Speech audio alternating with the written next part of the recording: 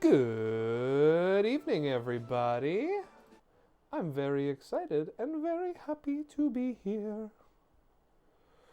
Hello, webcam, droidcam. Yes, droidcam is ready. Here we go. My phone fell asleep, guys. Hold on. I'm getting an ad. Continue to the app. Please and thank you. There we go. Here I am on your screen. Visible to the world. This is actually like a solid camera angle because even though it's still a lot of your boyfriend's side of the room. Hello, I'm live. Hi, gang. Right? Even though the camera's still a lot of your side of the room, it's more like dead on, so there's less collateral imagery. Collateral imagery.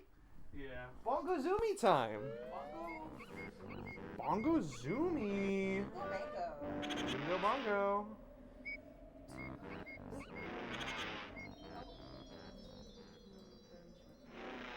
There are other people in my room. You also live here. I sure do. Right. We're playing bongo. Bingo bongo zoomy. Do do do do do do do ba ba ba da ba da ba da ba da.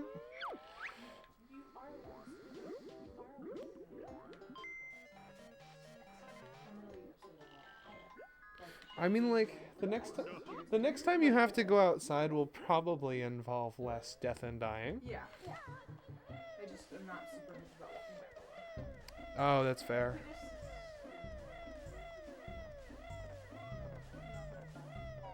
I just like your roommates haven't approved it, and also that's a twin bed with no coverings on it. That's so real. It has coverings. It has sheets and stuff. Yep. Okay.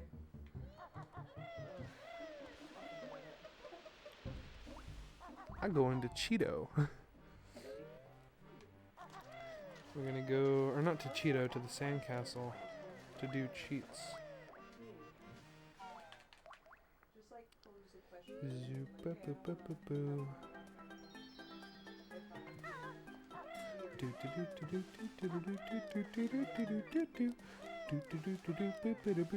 I feel bad commentating because y'all are having like a real conversation. I'm like, I'm gonna let them.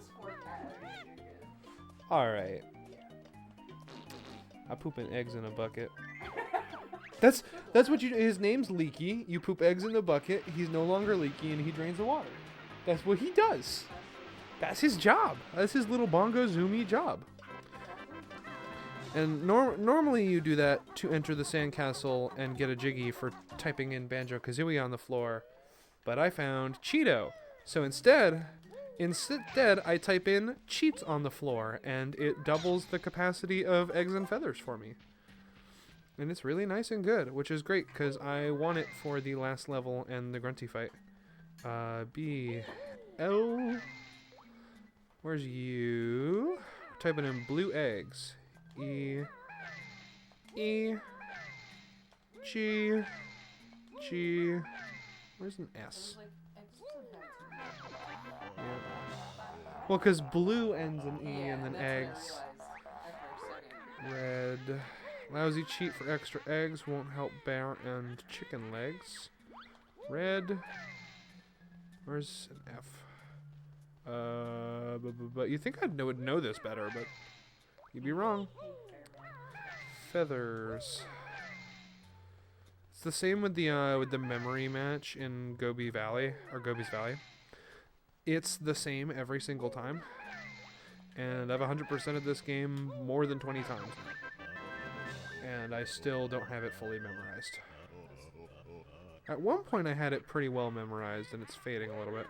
All my feathers, it makes me sick. Fly to me, your butt I'll kick.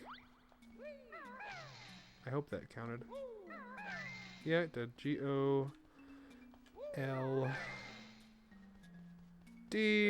and feathers once more. Doobadoo. Cheating. Not actually, because it's like a collectible. Yeah, it's... You have to go find 3 instances of Cheeto the Spellbook who gives you these cheats to double the capacity for your collectibles. Which then Gruntilda tears out his pages for it in between this game and the second page. Or this game and the second game. Gold feathers you may have 20, but bruises you'll still have plenty. Or get plenty. And then in the second game you collect his loose pages in the world and you bring them back to him and you get the same cheats from this game condensed into 2. Instead of blue eggs, red feathers, gold feathers, it's eggs and feathers. So you get double capacity eggs and double capacity feathers. And then you get like fall proof, which makes you not take fall damage, and honeyback, which gradually heals you passively when you do nothing or anything. It just does.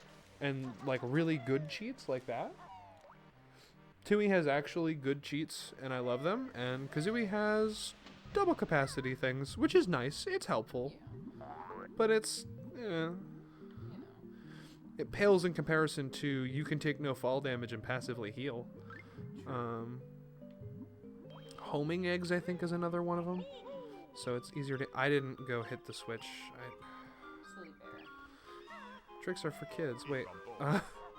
No, but because every other painting there's like a jiggy thing here and it brings you up to fill it in.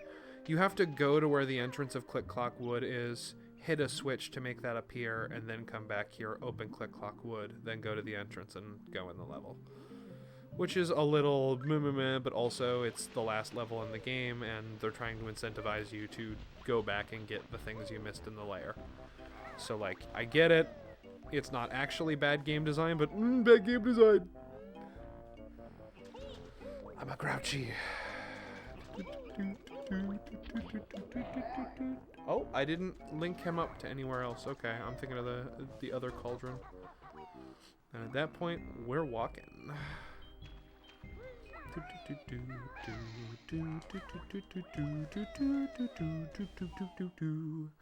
Do do do do do do do do do do. Oh, it resets. That's right. Ba-boom, ba-boom, ba-boom. The stupid quest you should stop. You won't get to me at the top. I love her. What a goofy gal. It's yeah. So Gruntilda only speaks in rhymes. That's her gimmick, and it's really nice in this game because people have coined the term the Gruntilda effect because of what she does in this game, where even though this game has like 3 cutscenes in it and 2 of them are in the beginning and 1's at the end. You know, I think it might actually be 4, but same structure. There are very few cutscenes.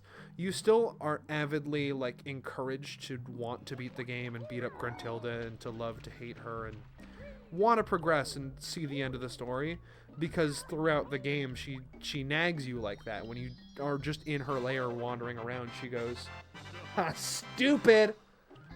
I'm gonna make your sister ugly, stupid." She just makes fun of you and threatens you and shit, and you're like, oh, I'm gonna fucking, right? I'm gonna kick her ass. And it's really good because it motivates you to continue playing the game and see the end of the story without having to jam cutscenes down your throat every 10 minutes. And it's nice and awesome and good. Tooie does not do it very well, but it's okay because I like that game. I think that game's charming enough where wanting to see the weird worlds and characters is enough for me. Oh, Bling? Fenix Flames just subscribed. Whoa. Mellow High 404 just gifted 2 tier 1 subs. One went to Fenix Flames and the other one went to Astronaut. You were gifted a sub. Whoa.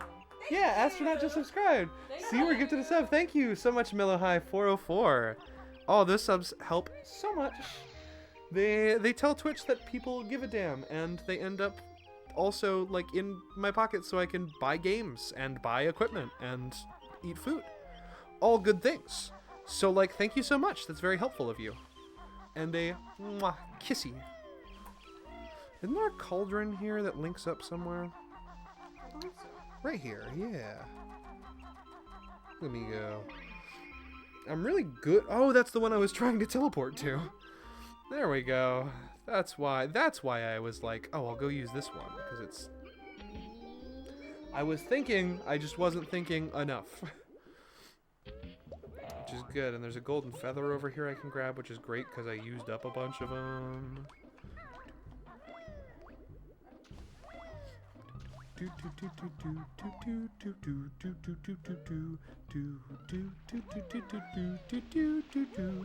I am very happy I'm playing this game. That is so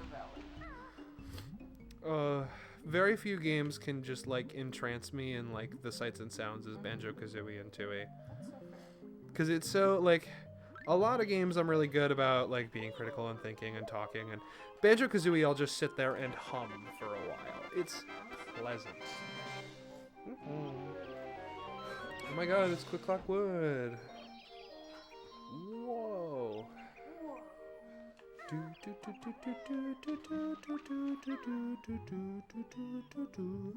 Now we use the cauldron to warp back and go do the longest level in this game.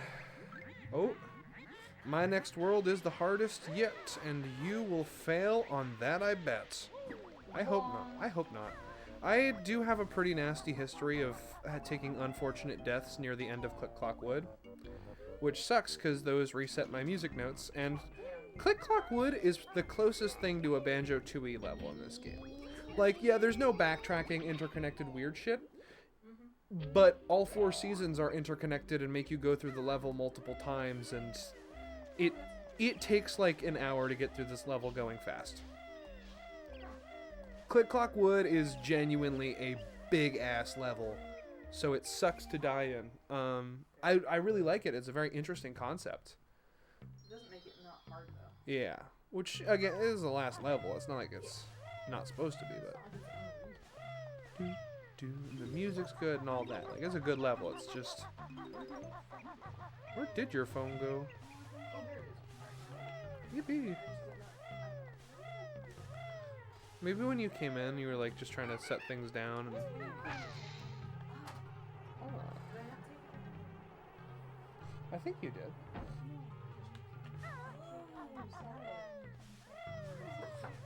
There we go. Oh, I didn't do that part, sorry. Yeah. Okay. I'll be right back. It's springtime in Click Clockwood. Do do do do do do. Do-loo-loo-loo. That's fair. I will let you know that chair is in frame right in here. Oh no, we're gonna see the back of the head. Right. No, I don't care. It's just I know that people are particular about what things are on camera sometimes. So I always The back of my head, I don't care. cool. I am always like, hey, just so you know, I don't care. If you don't care, we're cool. But so you're not like, what? I was in frame? You're in frame. As long as I'm not like straight out turning facing That's so real. I have done that. I used to have a show dedicated to that called Lunch Crunch, and it was actually kind of nice because it was like a sit and chat that just also was lunchtime. It was nice. The successor to Lunch Crunch is Sit and Strum, which is I have an instrument in my hands. I'm probably learning something, or we're gonna try to play some songs and see how it goes. And those are also nice.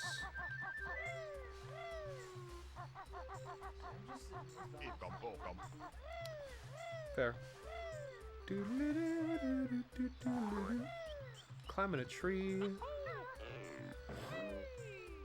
I'm on autopilot and will probably forget something and feel bad about it later.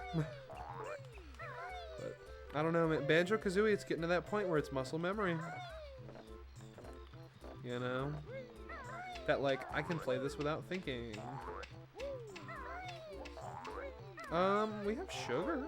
It's not salt, but nor is it the right flavor, but it is granular and white.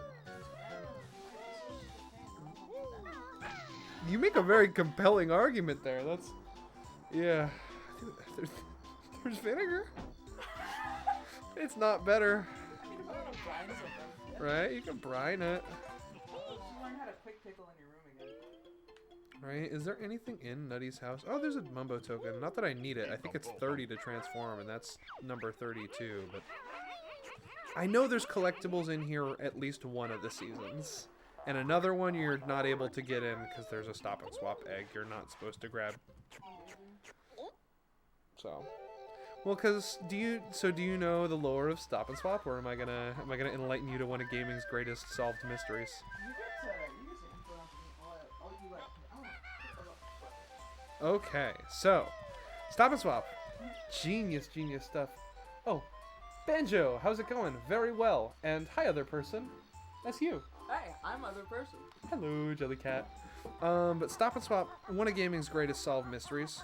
So in this game, and it gets teased at the end, so you'll see the cutscene where they tease you about how you missed it, and you're supposed to go back and grab them. You were supposed to be able to collect 6 eggs and an ice key, and they're like, well, what does it do? And it's like, well, Mumbo not gonna tell you. Banjo-Tooie. Wait till Banjo-Tooie. Which, the ball's on Rare to be like, wait until the sequel before they knew if the game was even going to do well. It panned out. It didn't pan out in Tooie. The last spoken line by Gruntilda in that game is just you wait until Banjo 3E. We never got Banjo 3E. But so, 6 eggs and an ice key, and they're like, it'll do something in Tooie. And the plan, TM, was that you would collect them all, and then when Tooie comes out, you turn on your N64 with this cartridge in, and you do the biggest no-no, switch the cartridges while the console's on. The reason why they were like, you do that, is when you pull a cartridge out of the N64, this model that I have that's like a blackish color, is you, for 10 seconds, the RAM holds memory of the game. If you were to put the cartridge back in, it should work right. It might have some glitches because you severed the connection and it might not get a good connection when you put it back in. Whew! I don't think I need to go up there yet, so it's fine, but that was spooky. But yeah, like in an ideal world where you get a good connection every time, it'll work like it's intended because you put it in before the memory cleared. The idea was, instead of putting... Yeah, real thing. I told you about that with the Mario 64 runner, yeah. That's still miraculous. But yeah, so the idea was instead of putting in Kazooie again and just making it work again, put in Tooie. And then Tooie reads the memory from Kazooie. And goes, oh hey, the memory says that you have the 6 eggs in the ice key. So now you have them in Tooie.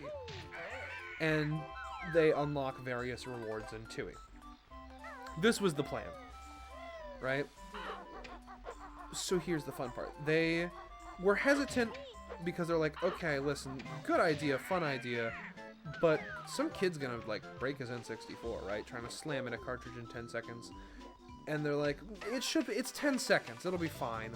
We're not really liable for that. You can comfortably do it in 10 seconds. And then Nintendo released the like fun color variant or the Funtastic variants or whatever it is. And you remember late 90s, early 2000s where technology design peaked and everything was like colorful, transparent plastic? So those N64s, yeah, exactly. It was N64s with that. But it wasn't just like a change in the shell they put on the console. No. They also altered the hardware inside. When you remove a cartridge when those are on, the RAM holds memory for 1 second. Just one. Jade Dragon is now following. Hi, thank you for the follow. We're talking about Stop and Swap.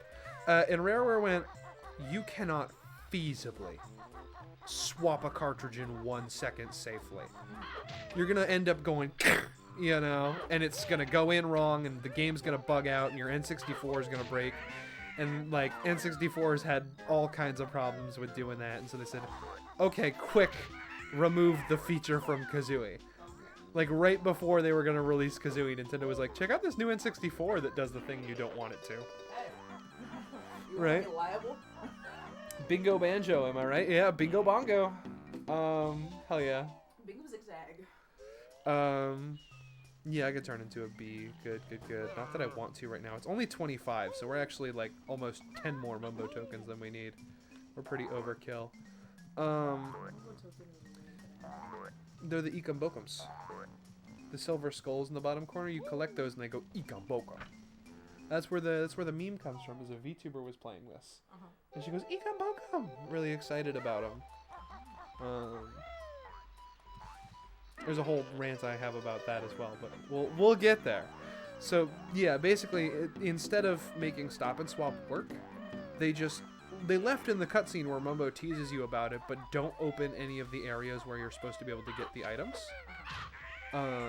There are cheats to do it, but you can't do Stop and Swap with those cheats. It's just functionally gone. You know. And in Tooie, they added in like N64 game packs with googly eyes for Banjo-Kazooie. And you can find 3 of them. 2 of them contain colored Stop and Swap eggs. 1 of them contains the ice key.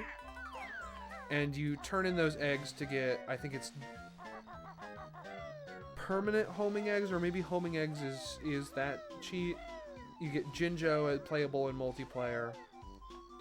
And I think that's it. In the Xbox version, you get like a fucking gamer pick as well. Because in the Xbox version, if you have save data for Kazooie that has Stop and Swap, because they're all digital games that you downloaded, and save data for Tooie, it goes, hey, Stop and Swap, you can turn in all the items you got in Kazooie. So there's like more rewards that are Xbox specific. But then the ice key you bring to a vault that gives you like a Mega Globo. And Globos being the things that you turn into the shamans to transform. And you go to a specific Wumbo Wigwam on the overworld and give her the Mega Globo, and she turns Kazooie into a dragon. So you can fire eggs infinitely. Fire eggs no longer deplete when you fire them. And instead of the... that... Let me get away from the bees. Hold on. Is that the Jinjo? That's the Jinjo! What is... Legit locked yourself out of your car before you got to drive home, but now you're home. That's good. Stop and Swap goes crazy, right? That's not supposed to... That's like a little collectible guy, his head like... What is happening?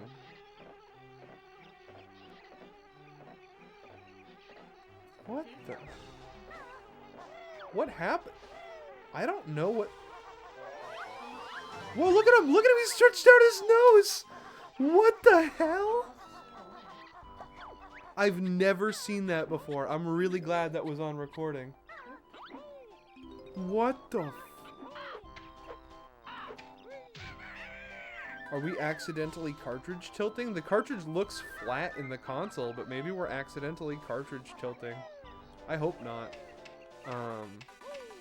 Cartridge tilting being just like having it tilted so it doesn't get a full connection, so it bugs the fuck out. Yeah. So maybe the cartridge isn't all the way in and I don't realize, but that was... Whoa.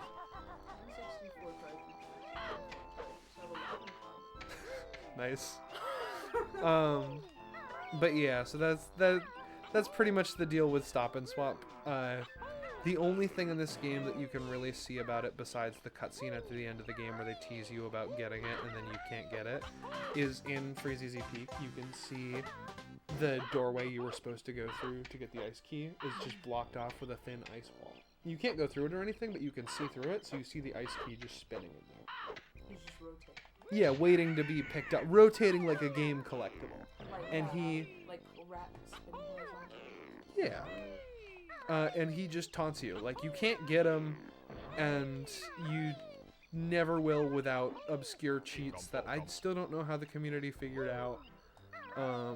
Or playing the Xbox version where that ice wall is shattered just upon discovering it. But, like, it's crazy. It's cool. Because it's one of those things that, like, Playground Rumor, it's like, what does it do? You know? And again, the gall of Rareware to be planning the sequel before they released the first one, and to name drop the sequel in the first one more than once. The fact that it panned out is the funny part. That too, yeah. Well, to be fair, yeah, so in development they had no idea that this would be the case, but Banjo quickly became, like, sort of, I'm trying to think of a good, like Kirby. Yeah, they're a Nintendo character, but they're not made by Nintendo. Like, Kirby is a HAL Laboratory character. Nintendo didn't make him. But he's only on Nintendo consoles because HAL is like a second-party developer. So it was the same idea, where, like, Rareware is not Nintendo, but Banjo's essentially another Nintendo mascot. Also, here's the boss that I don't have to do anything for.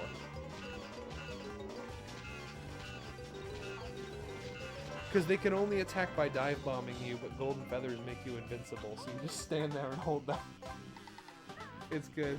Ginger was having a rough day. This is actual hardware? Yeah. This is my Brawler 64 controller I'm using. This is an actual N64 in my dorm room. I have a CRT under my bed and an N64 next to it. Yep. Exactly. Instead of Eldritch Horrors under my bed, I just have a Magnavox brand CRT. I've never had issues with this N64 or cartridge. Not to say they aren't old. I've had them since I was a kid. It's just... Yeah. Yeah, no, it's actual hardware. I'm an actual hardware fiend. So I greatly enjoy it, and I play enough N64 frequently where I was like, yeah, it's worth it, and I received this TV for free while up here in Burlington, which was the real kicker that made me go, yeah, okay, I can bring my N64 up. Because I then had a TV to play it on that wouldn't make it awful. So. Oh, yes, the Banjo-Kazooie thing, yeah. So, like, they didn't know it would play out, yeah, they didn't know it would pan out so well, but it did very much so.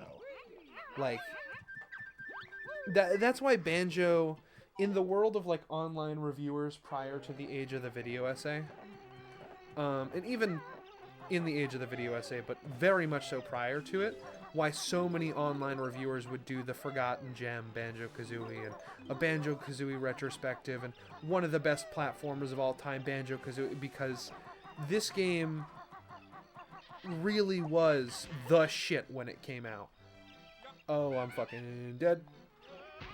I'm alive. No, we're good. Okay.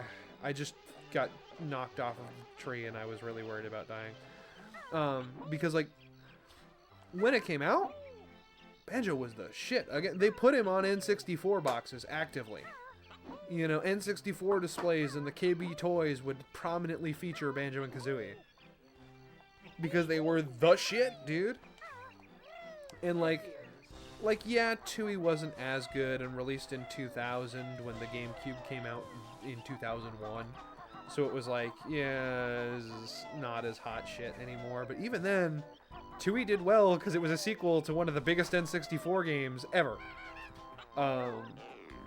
So, like, Banjo was hot shit, and then going into the GameCube, Rareware showed off a tech demo of all the Banjo characters running through a canyon chasing after Banjo and Kazooie in the Talon Trot animation. And like I said earlier, Tooie ended with Gruntilda saying, "Just you wait until Banjo 3E, I'll be back." And people went, "Oh, dude, it's going to be Banjo 3E. It's going to be awesome. We saw it at Space World 2000." And Microsoft bought Rare. And there was an Xbox logo thing that they did, like a thing where the characters interacted with the Xbox logo to be like, "Look, we bought Rare." Where Banjo looks at it and then Conker chainsaws through it. And it's like, yeah, look at how they can look on the Xbox. And then they didn't make a Banjo game. And Conker, they remade Bad Fur Day as Live and Reloaded, which had better multiplayer that also was compatible with the original Xbox's Xbox Live. So you could play it online. And that was the cool thing.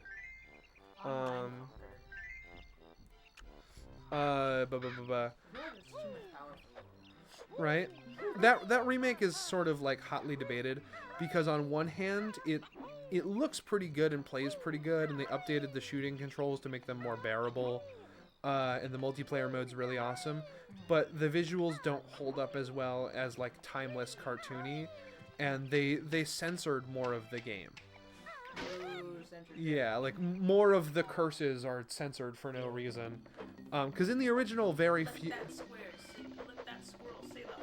Right, well, in the original, I think fuck was like one of the only ones that was censored.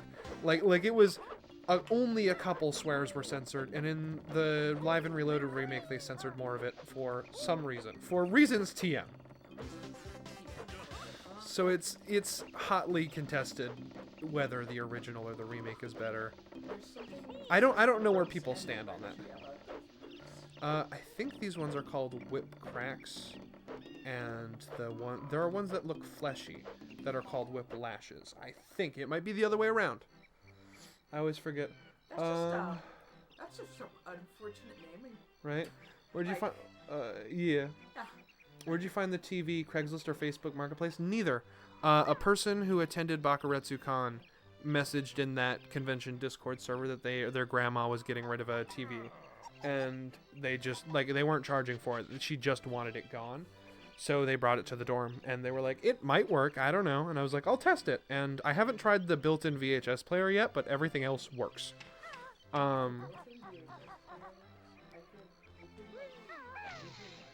Movies.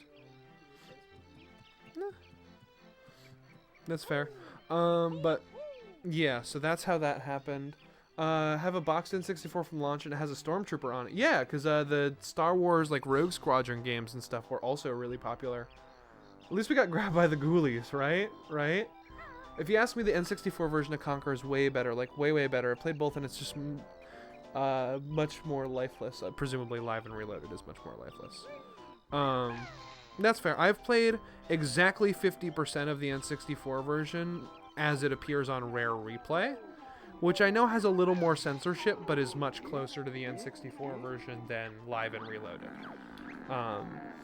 So, I love Conker in many ways. I just don't have a strong opinion on that front. As for Banjo,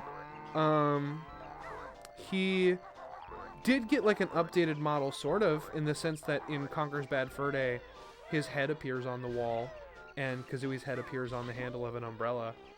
And in Grabbed by the Ghoulies, there are monsters that are clearly like a bear and a bird, Banjo-Kazooie reference. But it would take until the Xbox 360, where they would re-release Kazooie and Tooie in HD.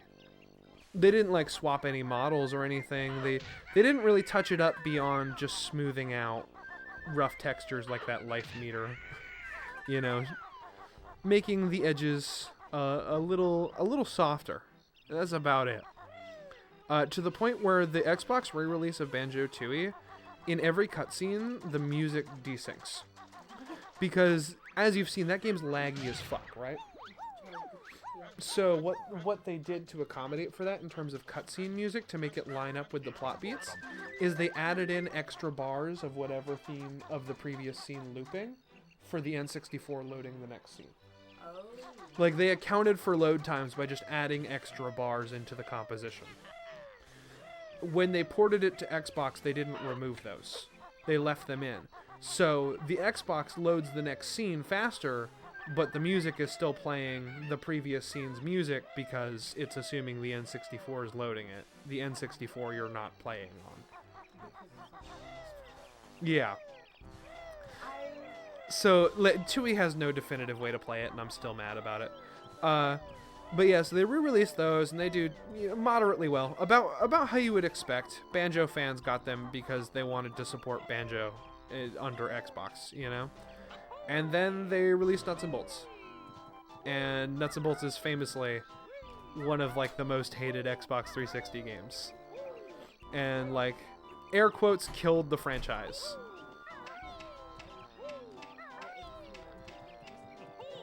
Yeah. Good. I'm talking about the timeline of Banjo and how it, them. Yeah, where it would make a great Lego car game. It's not a great mainline Banjo game, and the opening sequence actively insults people who like mainline Banjo games.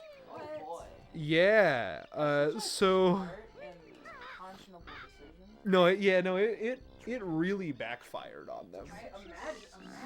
Such a smart, conscionable sound and good for money decision. Right.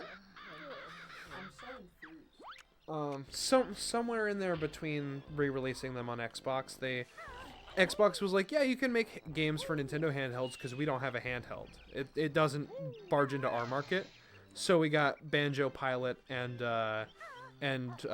Grunty's Revenge, which are like spin-off stories. Banjo Pilot is literally like a spin-off kart racer type game, but Grunty's Revenge is like a what-if story that takes place between Kazooie and Tooie.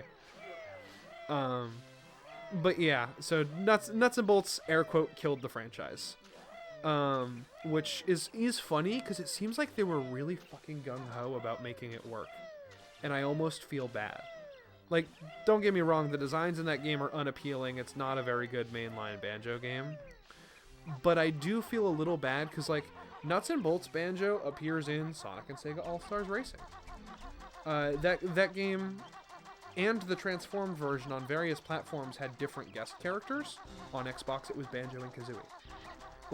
Like they, and I think there's one other, I forget what it is, but like they appeared in their Nuts and Bolts designs in a couple other games. Like they seemed pretty gung-ho about making Nuts and Bolts the future of Banjo. And it just didn't happen. And then they stopped dead in their tracks. And nothing happened. And then they got put in Smash Bros. Between that period, the only things that we ever heard about Banjo is somebody asked Rare if they were going to develop a new Banjo game, and they said, we don't really have any good ideas for it, and until we have a good idea that's really going to change the game, we're not going to make a new Banjo.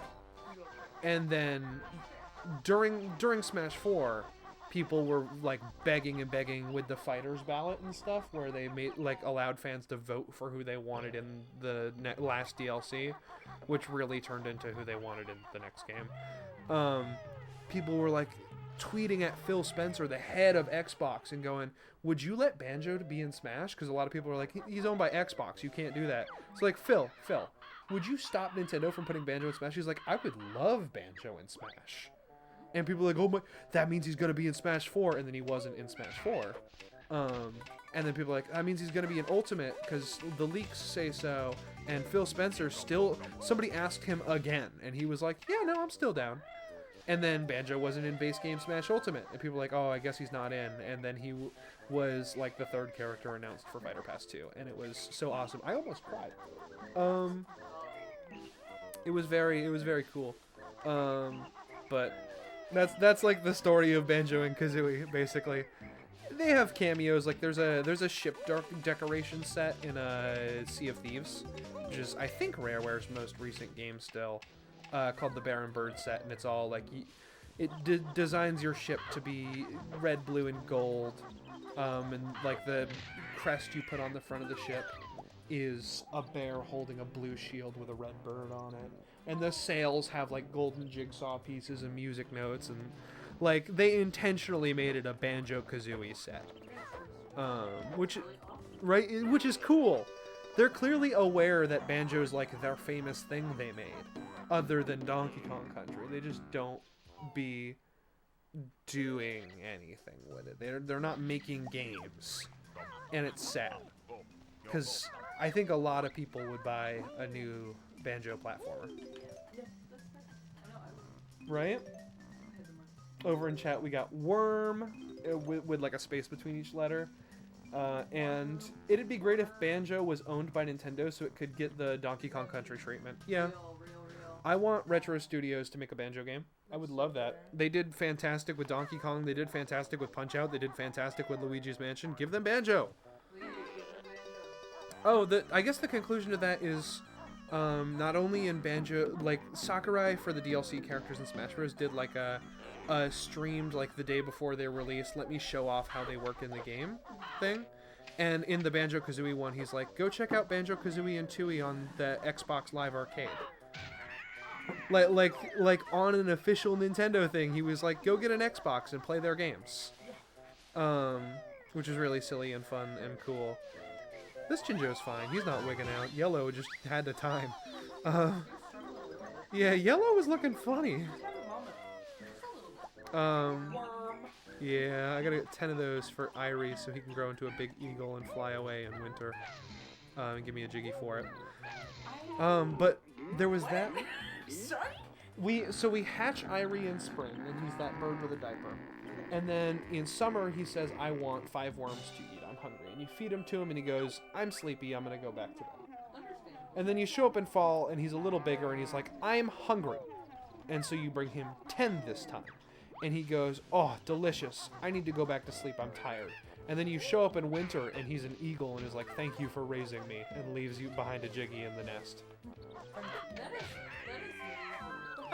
Right? You look at a cartoon bear and you're like, thank you. Right. Fly away. No!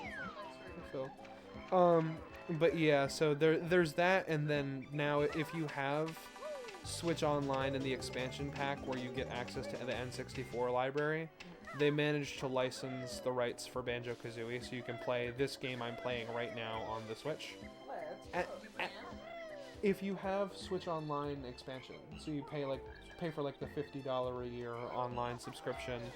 So like a little bunk because that's still not super worth it, but that is a thing. Like it's the N64 version as I'm playing it here, unrevised, playable on Switch, which is cool.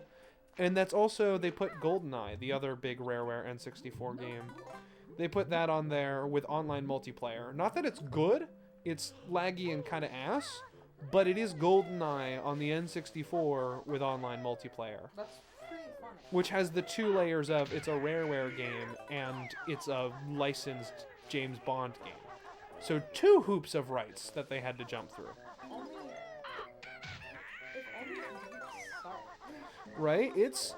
I've tried to play that multiple times to the point I've tried the mode where you plug in a second controller and you hold the 2 controllers and the stick on each controller does a different thing.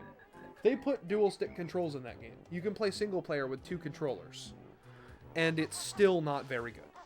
It's Like, people remember it fondly because it was the first FPS that wasn't a boomer shooter, that wasn't Doom, you know? I remember it fondly because it was bad, and it was a bunch of me and my cousins playing this game and not Fair. knowing where to find each other and shoot each other. That's I fair was too, playing yeah. The little guy.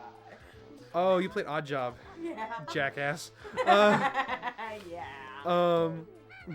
But yeah, no, like, people fondly remember that game for the multiplayer chaos and for, well, it was a first-person shooter. It was really cool. And it's like, yeah, dude, it doesn't even have a crosshair to aim. Speedrunners of that game measure their CRTs versus the aspect ratio of the game and take a Sharpie and put a dot in the middle of their screen. Amazing. Because it's genuinely so hard to line up shots naturally that they manually put a crosshair on their television.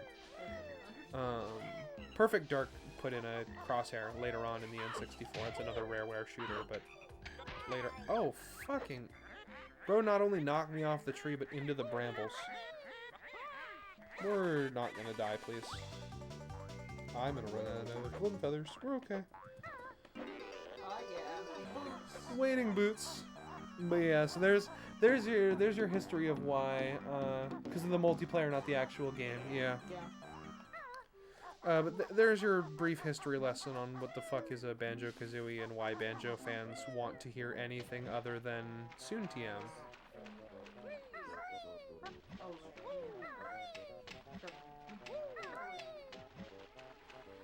But yes, that's.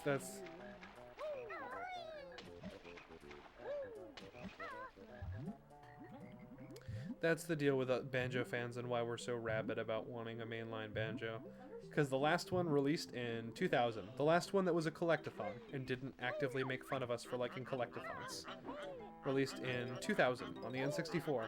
And when they made a shitty sequel and made fun of us, and we asked for them to try again, they said no and then didn't say anything for like 10 years. Yippee! Sounds about right.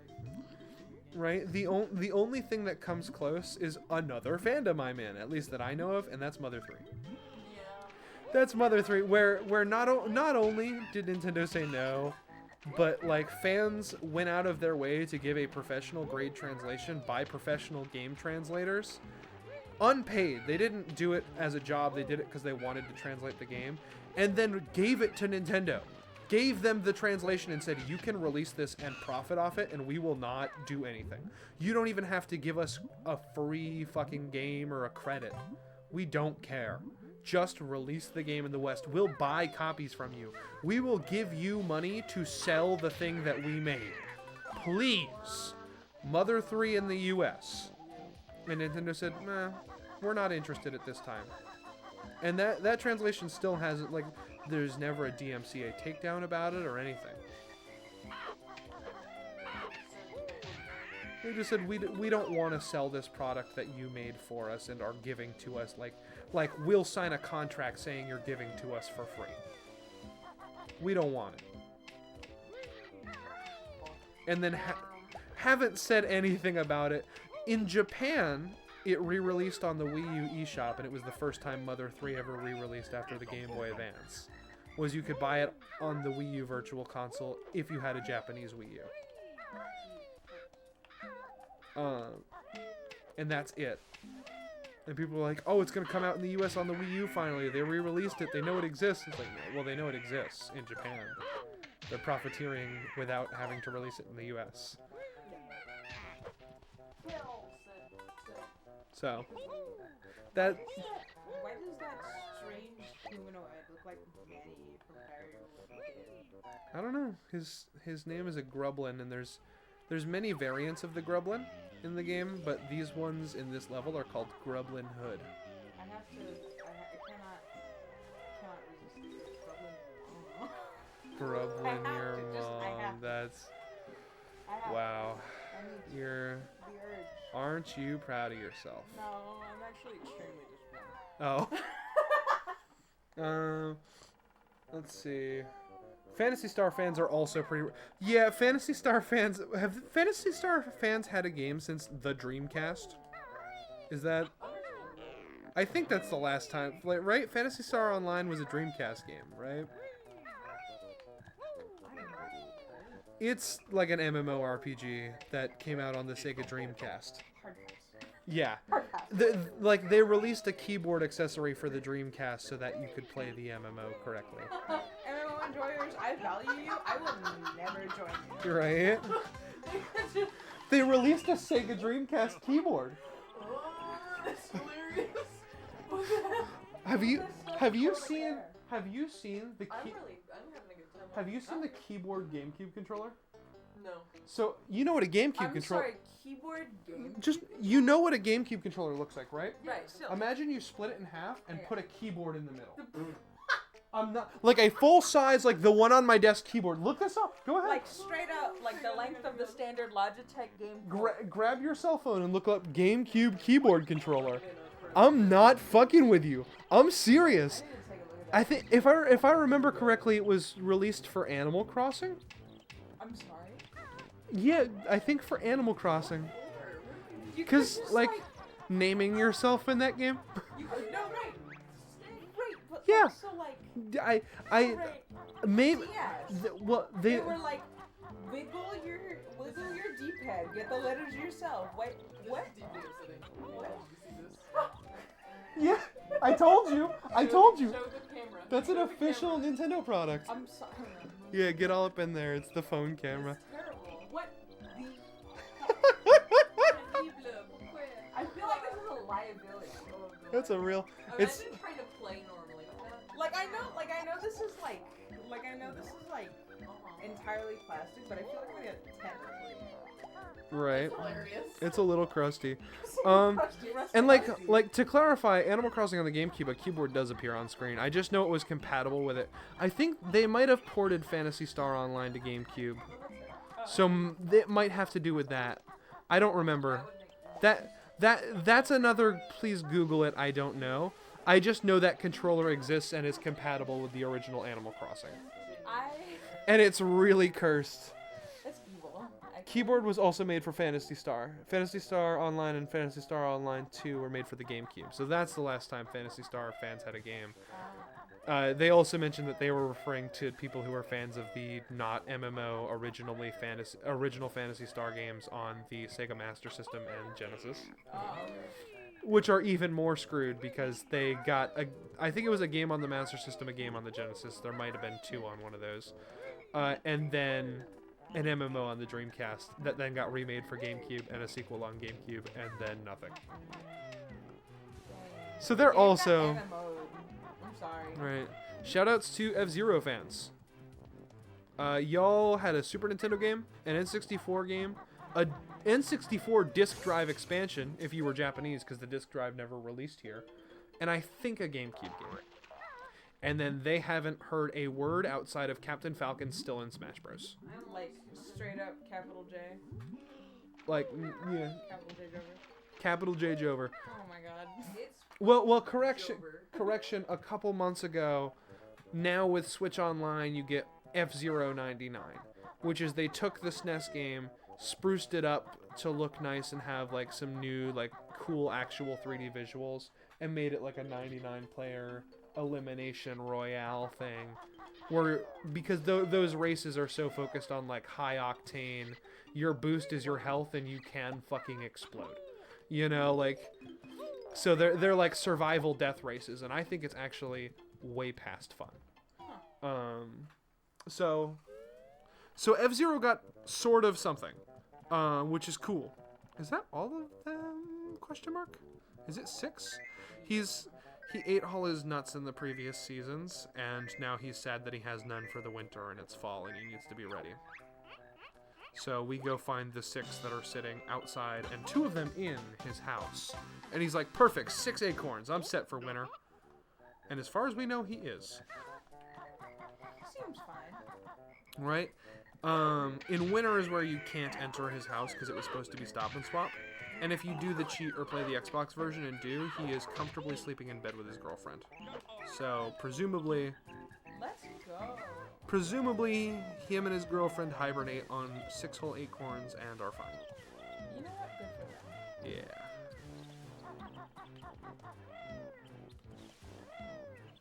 Okay.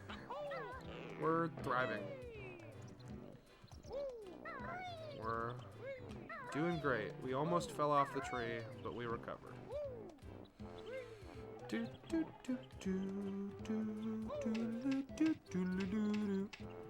I love abandonware. Well, I don't love abandonware franchises because I wish they would continue them and make interesting art. But like, I love the stories behind them. Punch-Out is also like half sad. In that Punch-Out, there was arcade Punch-Out, there was arcade Super Punch-Out, there was Mike Tyson's Punch-Out, which when their Mike Tyson contract ran out became Punch-Out featuring Mr. Dream on NES. There was Super Punch-Out on Super NES. Radio Silence until Punch-Out on the Wii, which was like is like beloved as one of the best games in the series, one of the best games on the Wii, full of character, had a really funny advertising campaign, you know, really awesome beloved game. And the only thing we've heard about Punch-Out since then is in Luigi's Mansion 3 in the floor of the hotel that's like a movie studio. There's movie posters and they're all games retro studios previously made, and one of them has like a boxer on it, and you can break the poster and a green boxing glove comes out that you can like punch other posters with. That's the closest thing to Punch-Out news we've had since 2010. That's fair. 14 years. Can't forget about Doc Lewis's Punch-Out. Yeah, the Club Nintendo exclusive mail-in reward. Like, comes in a paper sleeve. And it's just a new fighter for Punch-Out Wii, but instead of, like, playing them in Punch-Out Wii, it's a separate disc. Where, like, the story of it is that you're training for Punch-Out Wii. It, like, takes place before. So you're fighting Doc Lewis, Little Mac's trainer. You gotta mail order prequel. Yeah, it's like a... My Nintendo was like the reward point system. Or not my Nintendo, it was Club Nintendo at the time, but... Yeah, we don't need those anymore, so... Oh, I'm gonna get hurt. No, I'm okay. That was clutch. Never him. But, like, he does nothing now. Oh, yeah. Yeah.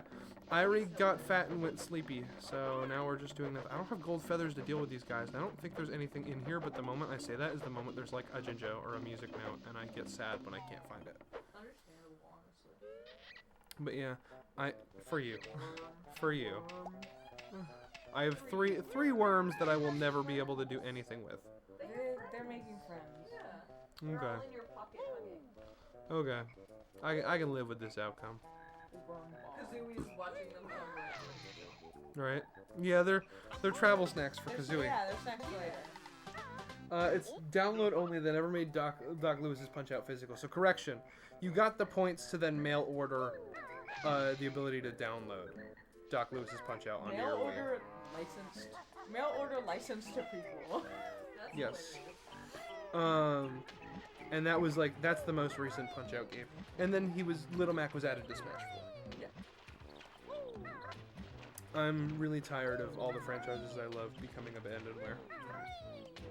Punch-Out and Mother and Banjo and Crash to an extent. Although Crash 4 did okay, which means Activision's not going to make a Crash 5, but there is a semi-contemporary Crash game I can play.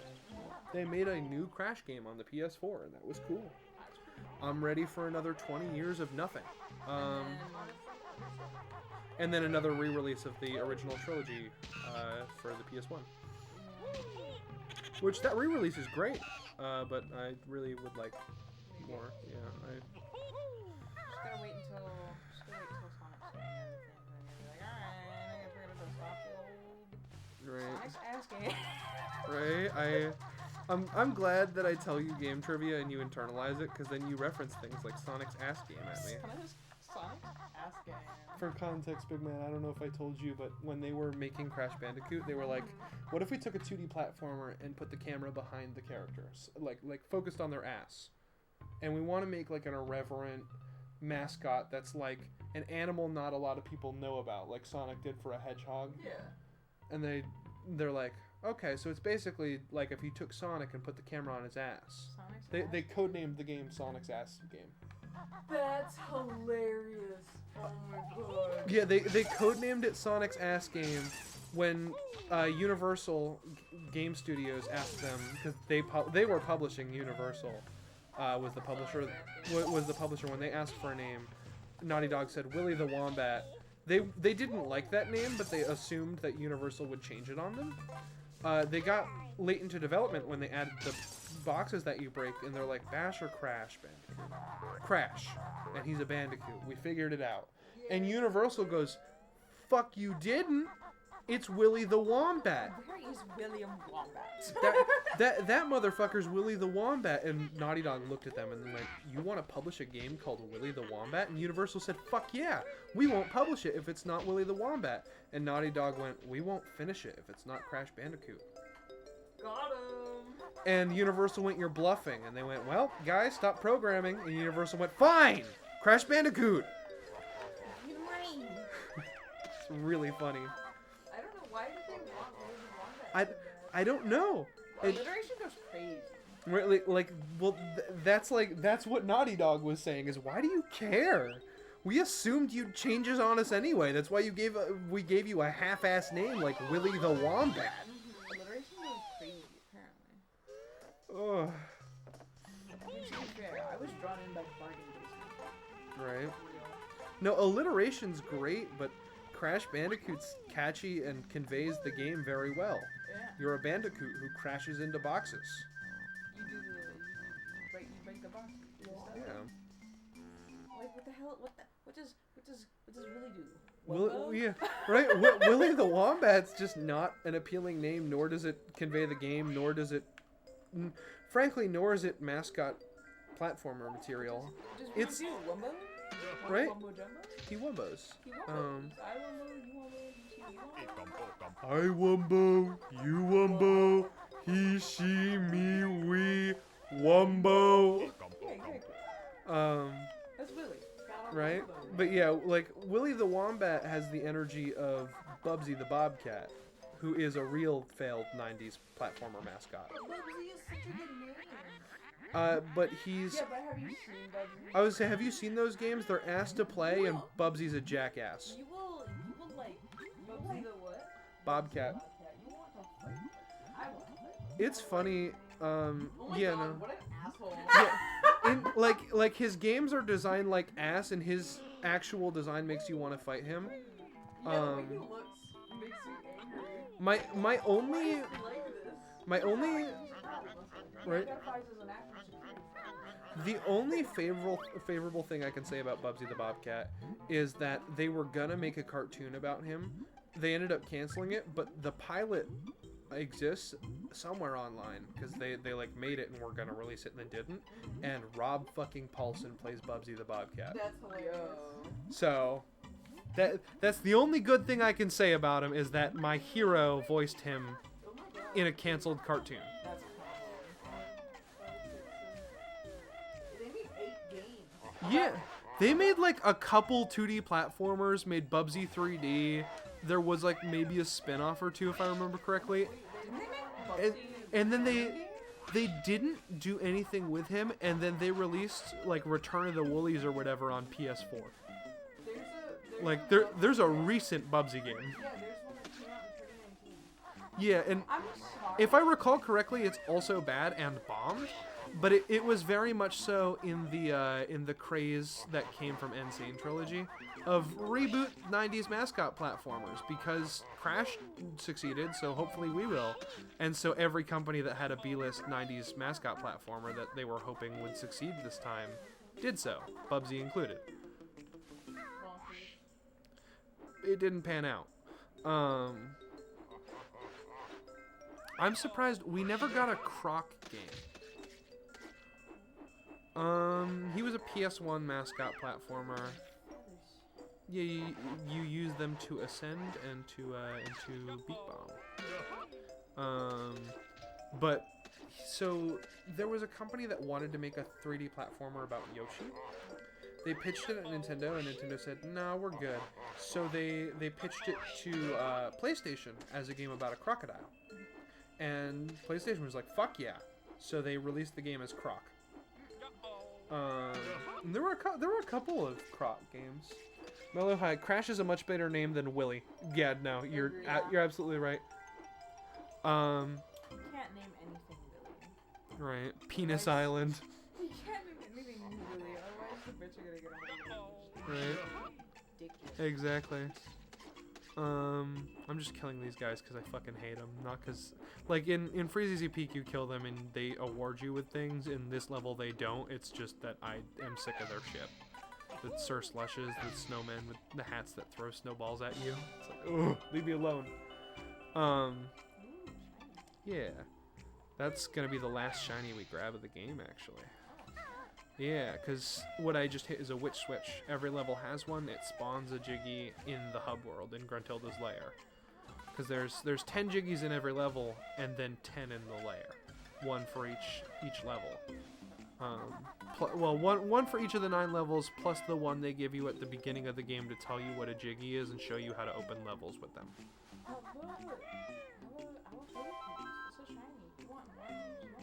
That's actually, like, shockingly what it's like. He's like, it's a talking puzzle piece. It's like, hey, it's me, Mr. Jiggy. You can use me to open worlds. You like, want more of these so bad. Exactly. I want for shiny so bad it's terminal, brother. Right? Yeah, no, that's... Because items talk at you in this game. I forget what I was talking about prior to returning to talking about Willy. Oh, yeah, Croc. Yeah, he never, like... Spyro Reignited Trilogy, a new fucking Bubsy game.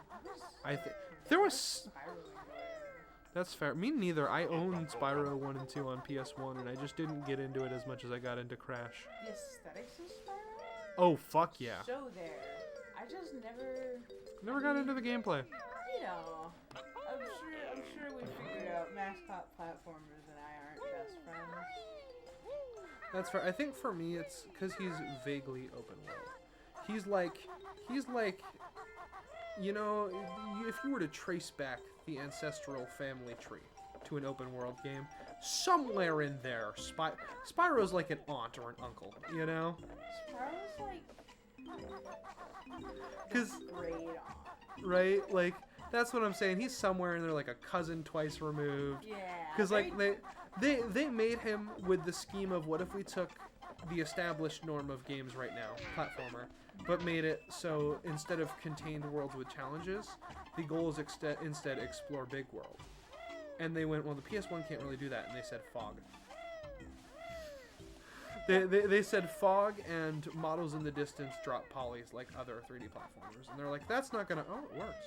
Yep. Like, and I think that's why he never gelled with me. Is because he's loosely, very, very loosely open world. And Kid Me was like, I don't know where to go. You know, Mario tell me where to go. I just like, I liked looking at it, and then I was like, what do you mean I have to control this weird, floaty, purple What do you mean this? dragon? Yeah, what do you mean the central mechanic of this game is that I need to move this guy around. yeah, I and need he to doesn't do it consistently. interact with the world by mastering how this guy moves. See, there he is, hibernating. Is that the bird? Yeah. No. That's the squirrel. His girlfriend. That's Nabnut. His name is. He's sneebing with his girlfriend. They hibernate in the winter, right? Oh my god, that's us. That's me. What do you mean? What do you mean I have to figure out how to control this weird floaty little man and then figure out how to navigate the really not small environment with him? This is Irie. Exactly that. Oh my god, he's massive. Mighty eagle at last. Watch me as I fly into the sky. And it's really funny because I then proceeded to do it with Hollow. Right.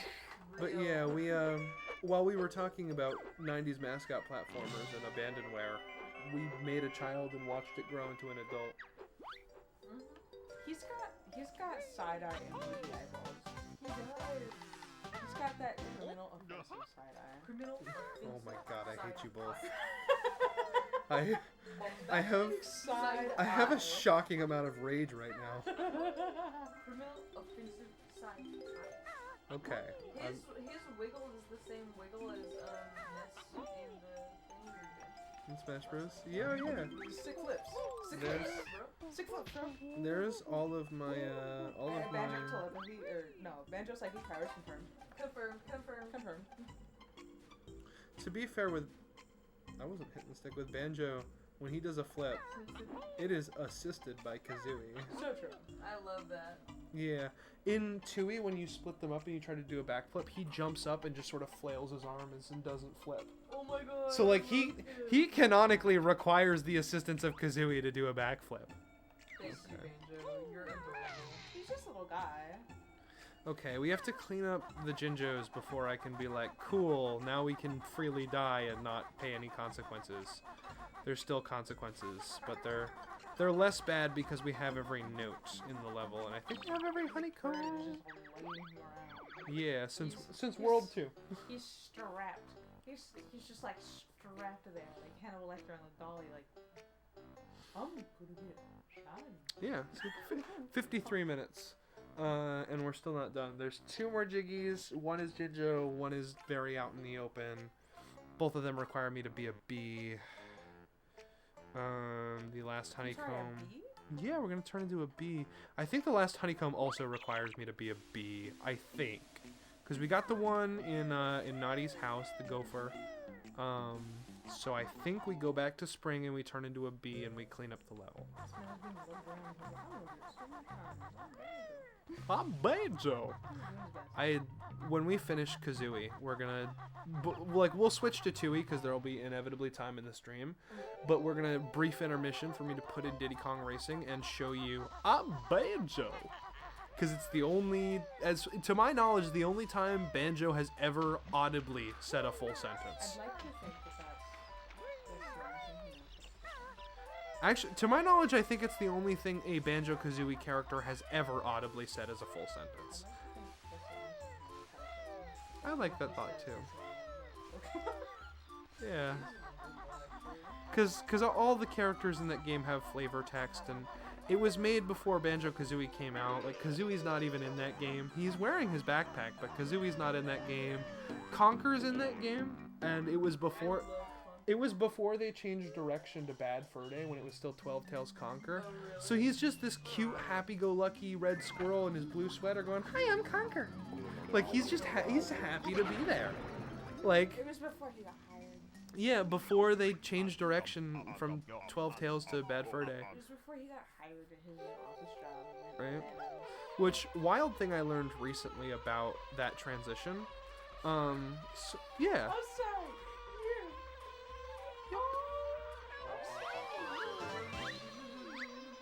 Yep, when I fly.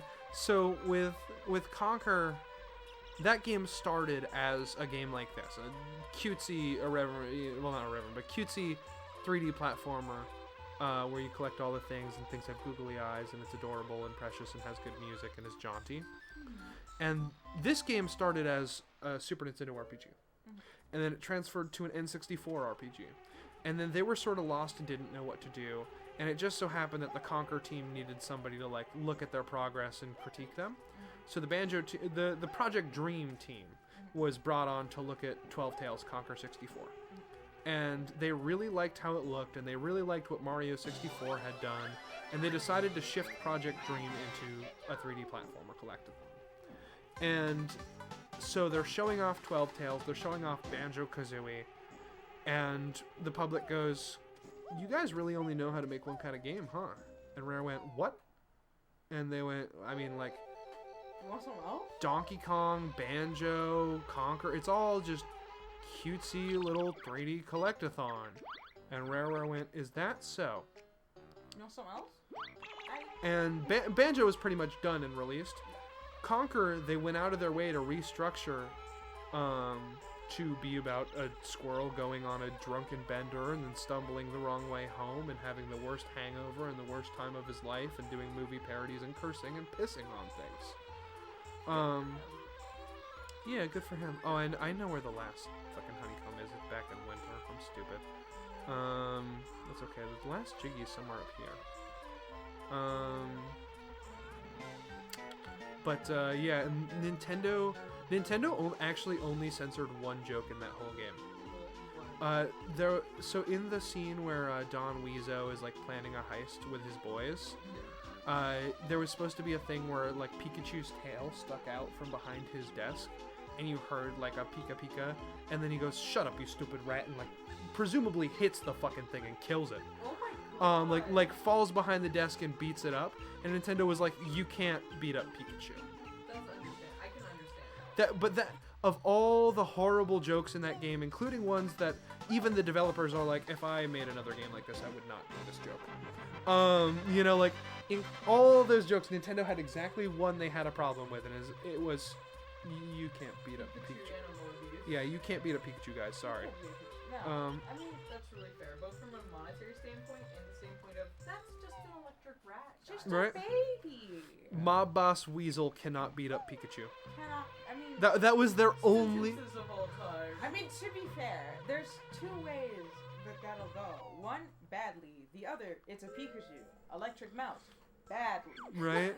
But yeah, that was the only thing they censored in that whole game, and then Nintendo actively helped Rare only advertise it on like adult media platforms so that parents would know damn well that it wasn't a game for kids. KB Toys refused to sell it. So the ways it was advertised were really weird, kind of sexualized commercials on Adult Swim and in Playboy magazines. At That's At hilarious. E3, Rareware gave out beer steins and condoms that had Conker printed on them. Yeah, I heard about the Conker condoms. That is so funny. I have no idea, but like, Okay. I give up. Rareware was very explicitly like advertising that game as an adult's game, and they went, "So, what was that about only making the same game?" You know? I love Of that. course, that came out in like 2000 after they made like shooters and stuff for the N64, and it wasn't as relevant. But it still shaked the world because it was the N64. Rated M games were not the overabundance nuisance that they are today. Yeah. Huh? Yeah. What? I'm sorry, what was that? You know how pretty much any game that's announced that isn't a Nintendo game is probably rated M right now? No. Very frequently. In the AAA world, I would argue. Not. I'm seeing. Oh. Where you're looking.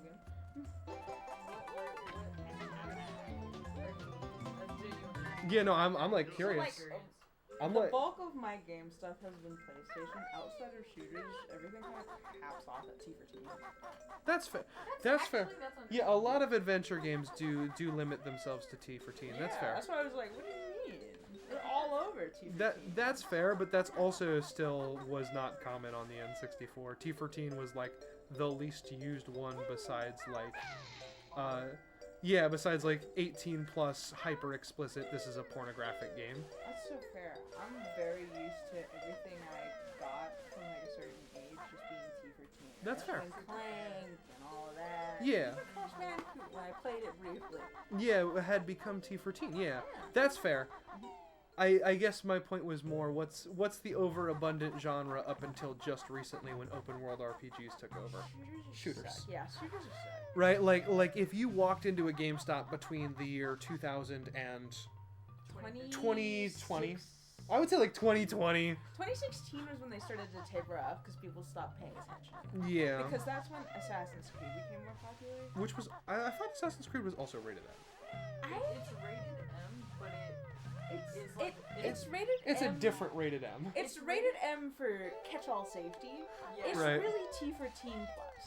Yeah. Because But- it's like, I would say it being M is like, you're really kind of a little bit pushing what counts as M. Yeah.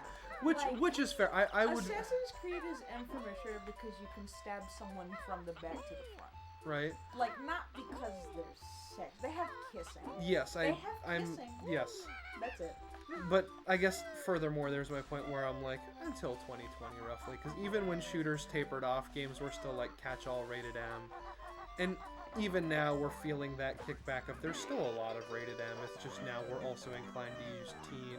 Whereas in the N64, the K through A, kids through adults, which is now all audiences, was very commonly used. Yeah. And T for teen was, I like I said, I think outside of this game is pornographic, was the least used one was teen. Yeah.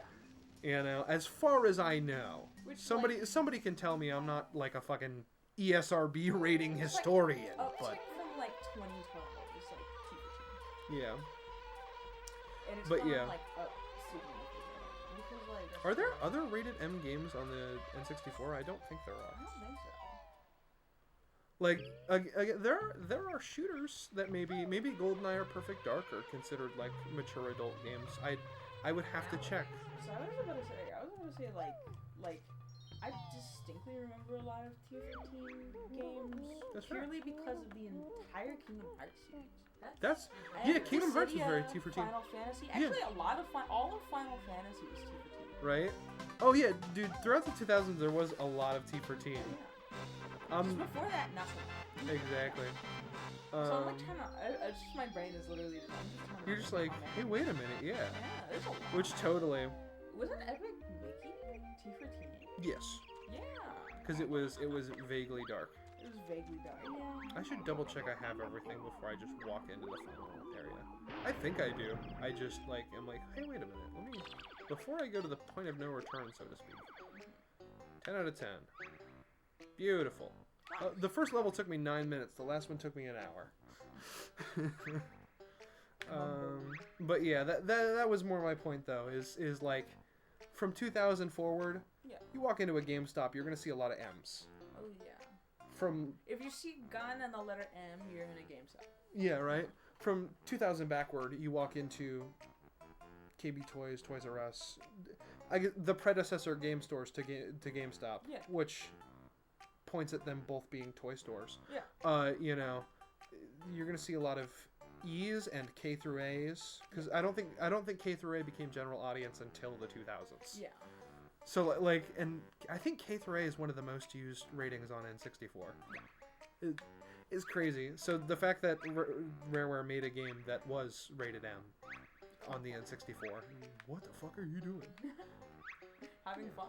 Right? Super good. I love game history a lot. Man, now I think about Ratchet and Clank. That's fair. My main exposure to it was demos because That's fair. I would, Yeah, like, demo download it discs. from, like, their Oh. PSP store. I had like Medieval Resurrection on PSP, and that was like my introductory to the PSP. And then I got like Tekken, what was it, like 4? Yeah, whatever wasn't it one was. of the tag team tournaments. It was just a regular mainline Tekken game, and that was like my foray into competitive everything. Which is funny because it's my understanding Tekken 4 was one of the ones that like strayed from why people liked Tekken or whatever. It was weird because like on the PSP it went bananas. That's fair. Like Yeah. I don't know how to explain it. I had some of the best characters, some of the best matchups. Where the fuck is that? The combos were still just painful enough to be rewarding. Why are those letters so vibrant? And then the cool thing was, it Dunno. was still at a point where like everyone, you could put everyone on the same dub and hear what everyone sounded like in the same Yeah. language. And then they stopped doing that, which like I get why, because it's to showcase these are fighters from all over the world. But also like, I want to hear the French one speak Spanish. Right? That's Just awesome. once. Mellow High says, I forgot about this part of the game. Well, that's fair. So I want to share with you because we're going to do some funky things. This is- Yeah, so this is like Gruntilda's board game trivia, and different squares have different things. So Banjo-Kazooie will test your knowledge of like what's in the game. Eyeball will test like you see a picture and it's like a screenshot of a remote area in the game, and you have to know what level it's from. Hell Spaces, Gruntilda Spaces, something I neglected to do. Throughout this game, you might have seen the little fairy godmother looking lady floating around. She's Brentilda, Gruntilda's like good sister. She tells you secrets about Gruntilda. they're usually gross out secrets. In fact, they're always RNG. One of them is that Gruntilda's favorite pastime at a party is doing grotesque lap dances. That's I one. love that. That's one of the potential answers that can be to that question. They're always randomized every playthrough. Speedrunners used to fucking hate these things. That's so fun. Right. Music one, I love because it just plays a sound effect or a music, and then you have to say where it's from, so on and so forth. Joker cards let you skip spaces. The skull ones kill you if you get them wrong. Oh. Unless we do a silly goofy. We're gonna do a silly goofy. That's a feather. I think it's a red feather. Yay! I love that a lot. Joker squares can be any kind of question. Oh, what was her first boyfriend's name? We're gonna go with Greasy Grant. Nah, okay. I was feeling undead. So I can't use any of my moves on this board. The point is you can only hit A to select a square. For some reason, there's a seam between squares where you can. We're going to try very hard to get into Talon Trot and then immediately activate this death square and get it wrong. When we're in Talon Trot, we take less knockback. So here's a character from the game. Do you know the dumb thing's name? That's Clanker. So we got to pick anything that is not Clanker. It's Pikachu! Right? It's Pikachu! Clinker. So it tries to kill us and fail. Oh, it succeeded. We weren't in Talon Trot. So when it kills us like that, it disables the invisible walls between the squares. So what we do is we get in Talon Trot, and it hits us and keeps us on the board, but the invisible walls are disabled. So we just fucking run across the board to the end. I like that. Freezes or bears are rather sad. What do you find to make them glad? Presents. But yeah, speedrunners used to. It's Clefairy, exactly. It's yeah. See the picture on my screen. Do you know where? Yeah. Mad Monster Mission. Yeah. Yeah, exactly. Totally. It's Mad Monster Mission. So speedrunners used to skip Brentilda, and then they would guess on the Gruntilda squares, and they had a fucking calculator that started narrowing down what the RNG was for the correct answers. And it was just sort of like an RNG fest. Gobi's Pyramid, it spills what empties out the moat, it fills water. And then they found out about this trick, and now you never do a Grunty square unless that Joker square is one, and it doesn't matter because you don't need the Joker cards anyway. Listen carefully to this tune, which world's it from, you furry goon?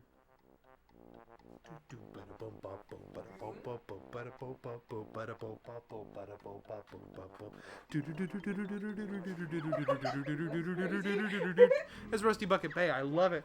Oh, partway through that game, or through that theme, because that level's like an industrial shipyard, it has a breakdown that's just ship horns. Seriously? Doom, boom, boom, ba-da-da-da-da-da-da-da-da-da-da-da-doom, ba.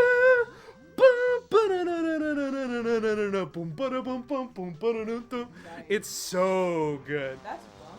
Grant Kirkhope is one of the best game composers in the fucking world, and the Banjo games are two of the games I cite when I say that every time.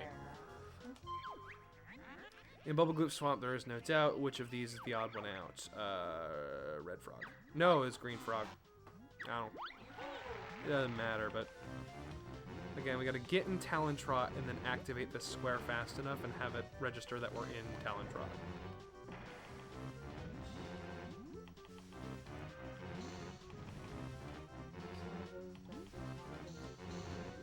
I'm just mashing because I don't know the actual frame window where that sliver on the squares is. Because you just sort of crouch and slide across and hit the C button until it activates Talon Trot, and then you try to very quickly get in the death square. So it doesn't have to do with how fast you mash, it's about like it's a positioning thing, and I don't know if there's an actual setup beyond just slide across and hope. We were supposed to have Grant Kirkhope talk at your school. What? WebEx? But then the club that was doing it randomly disbanded because the president dropped out? Fuck, that dude's like... That dude is genuinely a hilarious, charismatic dude who's also a musical genius.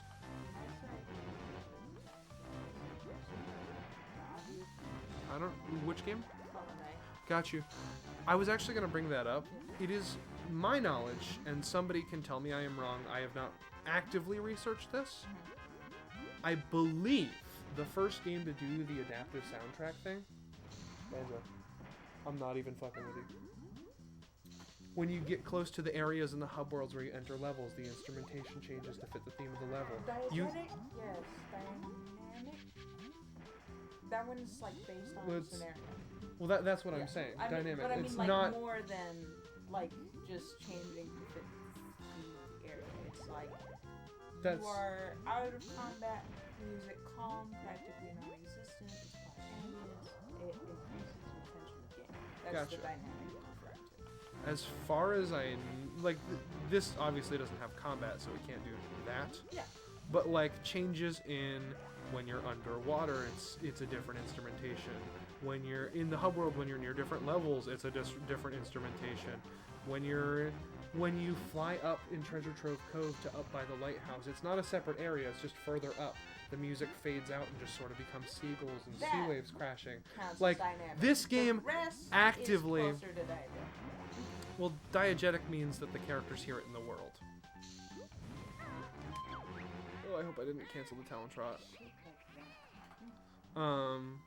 Because I'm talking like, when I'm in Treasure Trove Cove and I dive underwater, the instrumentation changes. Again, no loading zone. It just changes. I didn't pay attention. It's close, it's not quite. It was a green thing. So it's not Gobi's Valley. It's Gobi's Valley. Well, Yeah, I guess, that one's close, it'd be but a... it doesn't quite lay claim to fame. Fair. Yeah. Okay.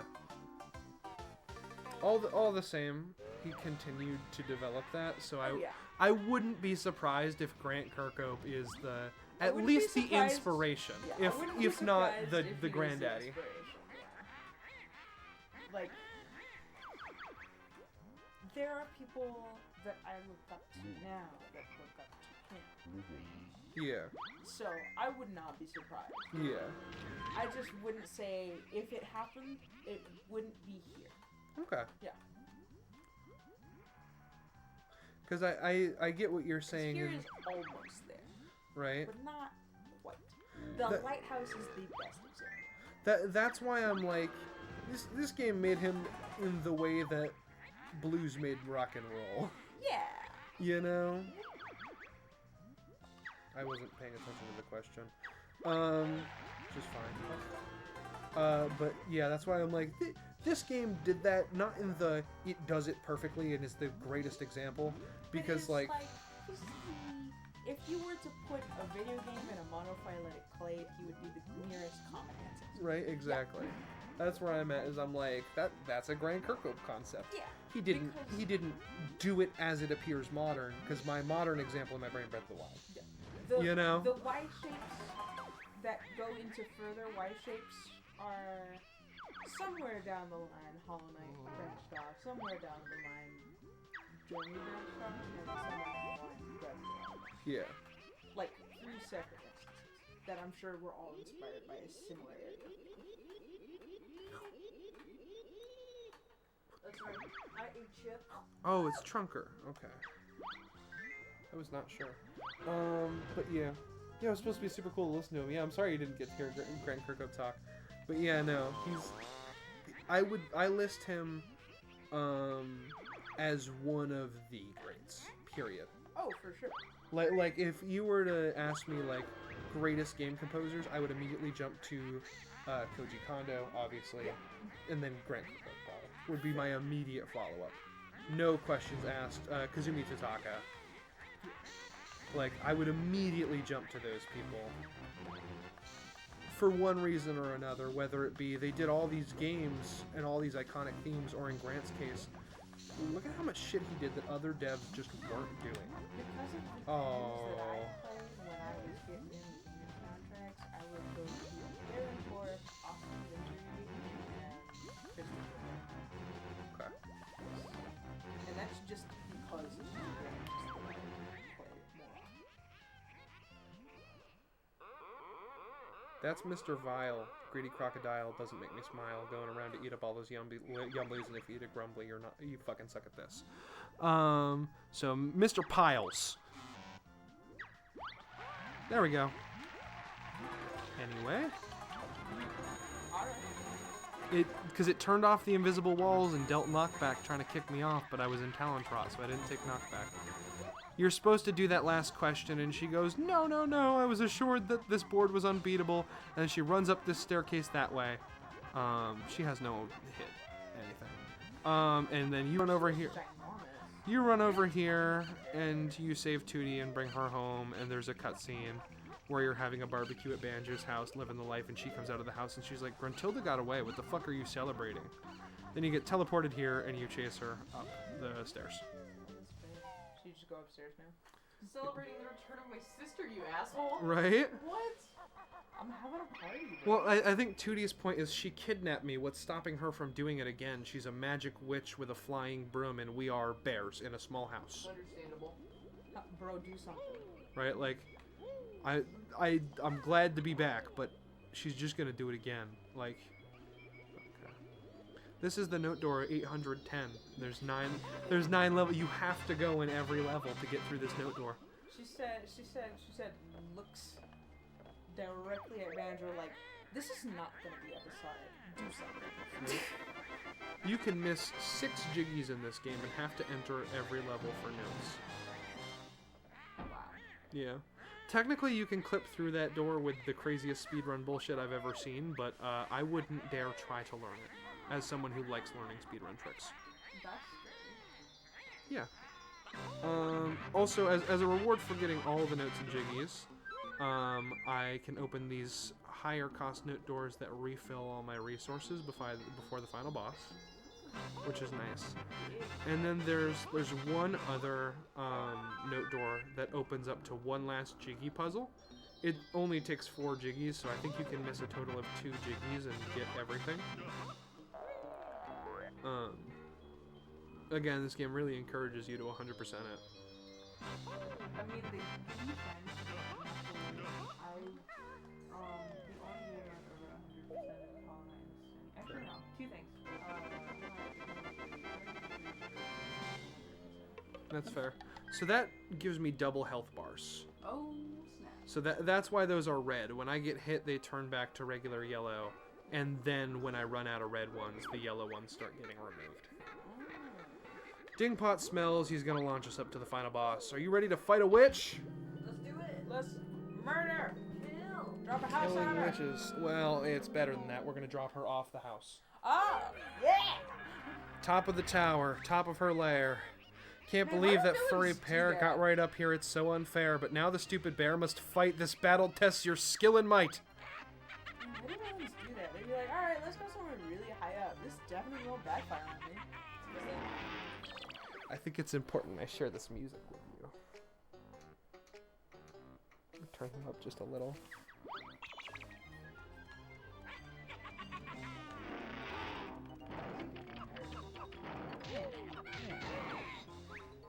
I love him so much.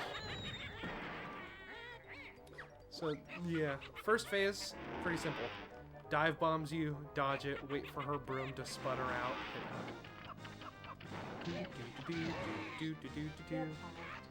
And she throws a fireball. Has a face? Yeah, it's legit. Ouch. Ooh. I know it's a game that wasn't full of are there like non-sentient brooms? I mean, like, Is there like a broom cast? reminder that the every collectible you can pick up talks to you the first time you pick it up, even if it doesn't have eyes, including the feathers and eggs. And in their little speech bubble, they do have eyes. So, this is a world of googly-eyed things that talk to you. That's so... I don't want the world to smile at me when I smile at it. I think that's That's huge there, if I'm honest. Cool. She drops a health. Magic spell home and get him now. Stop his roving. You're supposed to golden feather this. You can do the ground pound, and the recoil of the ground pound where he T-poses, you can't take damage. So you can sort of not golden feather.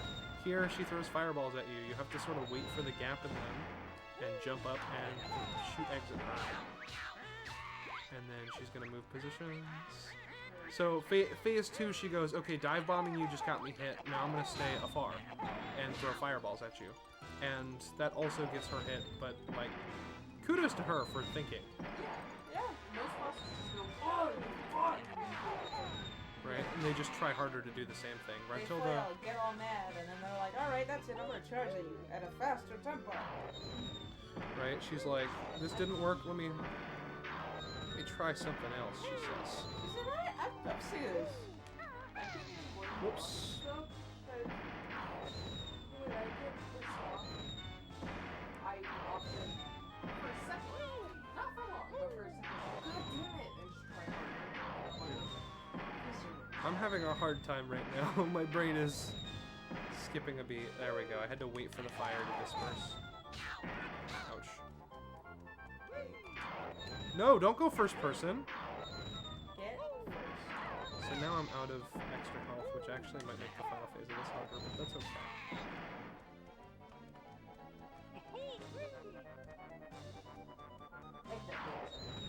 Which one? Gotta be careful. Which one of these games was the one where you had to fight the monster?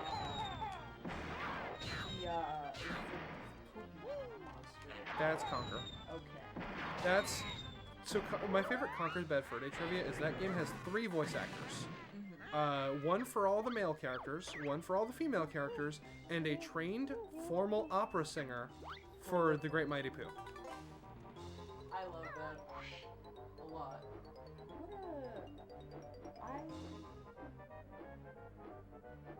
So welcome to the 3rd phase of this fight. She decides, well, fuck you. I'm just gonna fly above you. You're not gonna reach me. You're a grounded creature. You fly up and dive bomb her. You know what, fair. Did you just forget that you have a bird in your backpack? Yeah, it's weird because a fly pad spawns on the ground, and I think it's explained that Bottles somehow intervenes to do that, but it is a little weird that in her arena at the top of her lair, Bottles is able to spawn a flight pad for you to take off and chase her down. Called in a favor. What? Called in a favor with her sister. Like, hey, you own me. I am having a hard time. Not that this isn't a hard phase, but like I'm frustrated about it. The banjo, by the way. I'm in the music. It like goes hard for the like it goes crazy. Ha! Let's go. There's more of those, unfortunately. I don't just win. That's it. Oops.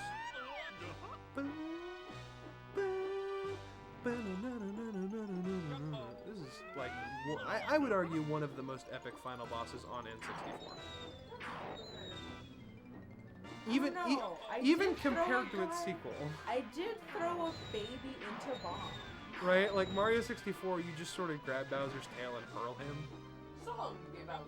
You know, like, even Banjo-Tooie doesn't do as epic of a final fight, albeit it still does the whole test you in all the skills you learned.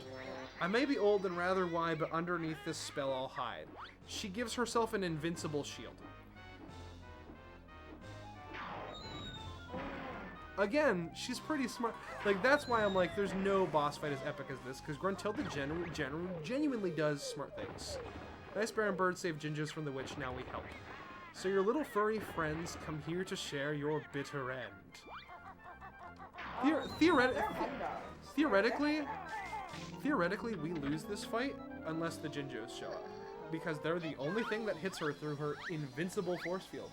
The seriousness of the music in this fight is kind of ruined by the yo-ho laugh Banjo does, but I love that about this game, right? All of this intensity and it's just... Right? Because this fight totally actively tests how well you know all the moves you learned in the game besides, like, the boots. And then on top of that calls back to the fact that you had to save the Jinjos from her when she actively and smartly counters you, which she's done every single phase. There's the last one. So we hit her with the 4 Jinjos. Destroy her broom. Oof, you've winded me all around. To catch my breath, I'm on the ground. So now, she's still under her force field, still hurling fireballs at us. And mind you, she also has this spell, the homing one that we can't dodge. Huh. What do? The Mighty Gingineer. Activate me. I'm sorry? The Mighty Gingineer. What's all this? How dare you cheat? But I don't care. I can't be beat. And she hurls fireballs through this statue, by the way. Again, Gruntilda, by all means, is somehow prepared for this deity that's literally never mentioned in any other part of this game or following games to appear. She's reading her Batman. Right? Exactly. She went full Batman. Reality. She's reading the Batman comic. She must Right. have a crystal ball. I can't tell if we need to die. Okay, I'm gonna die. I'm trying not to. I'm gonna actually, like, be careful for a sec. Because she pauses after sending this one for a second. I'm gonna... There we go, and that's Banjo-Kazooie. But she prepared for all eventualities, including one that never gets explained. Where all the Jinjos combine into this evil demonic one that goes, Jinjo. And mind you, this is like the ultimate power of all the Jinjos combined. This is like a god attacking her. I want you to understand that as we watch this. Just wait for it. It gets more bonkers. 1 hit, she doesn't go down. 2 hits, she doesn't go down. 3 hits, she doesn't go down. 4 hits. I could take these all day. There's no way I'm going to sway. She's taunting us actively. I lost count. About 10. She's scared, but she's still confident in her force field against a literal god. It's all over, I can tell. But Grunty's got just one more spell. She falls off the side of a tower and still tries to hit us. Which, that's like scrapped beta content we can talk about real quick, but... So, in order to defeat her, not only did we go through a gauntlet of having to use every single skill we learned and having her actively counter us, we then had to summon God, who had to wail on her to knock her off her tower and then bury her under a rock. We still haven't killed her. We just buried her alive. That's funny. Gotta give her the, Gruntilda's actually like an epic badass of a final boss. Sun Wukong treatment. Put her under a mountain. Yeah. So the spell she flings off at the end there, that was originally supposed to hit us and turn us into a frog. And then you were supposed to play as 2D and go through all the levels collecting Mumbo tokens to then have Mumbo turn us back to a Baron Bird. Here's our cutscene that teases Stop and Swap and name drops Banjo-Tooie. So enjoy that, as well as an innuendo about boobs with watermelons. She's in the background there, but she ends up in the foreground very soon here. Whoa, hey, it's Captain Blubber. But you see her.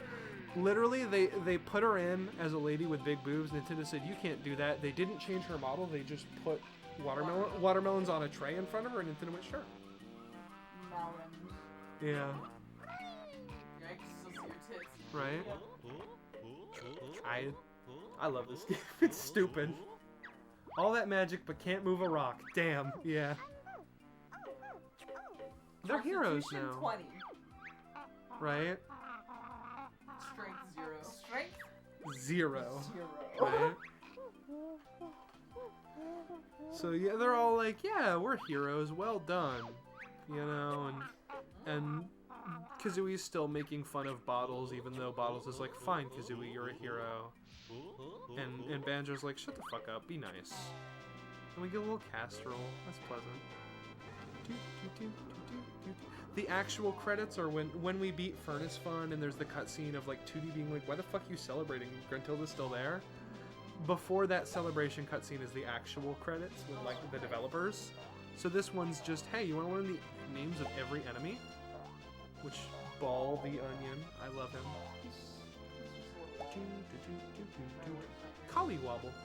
Oh, that's so cute. These names are fucking great. Quarry, the rocks, right? There's the Gruntlings. Why does he look like... I don't know. There's the Ticker Termites. Wait a minute. That's not how it There's Big Butt, the bull. I love that. He appears in a couple levels. He's always the same one. There's a Grublin. Hello, Gremlin. Hello. I'm not gonna make the joke this time. There's Leaky. That's the bucket we poop eggs in, and he patches his hole. Wonderful. What There's Lockup. a mimic. Yeah, pretty much. It's just a mimic. A mimic chest. There's Little Lockup, who has a Jiggy in him. You do a whole scavenger hunt. He pops out. You break him, and you get a Jiggy. These are Yum Yums.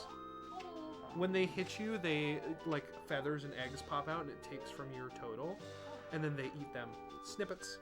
But yeah, so the Yum Yums go and eat your items. That's so cute. Shrapnel is the name of the mines that float in the water. Yeah, I fair love point.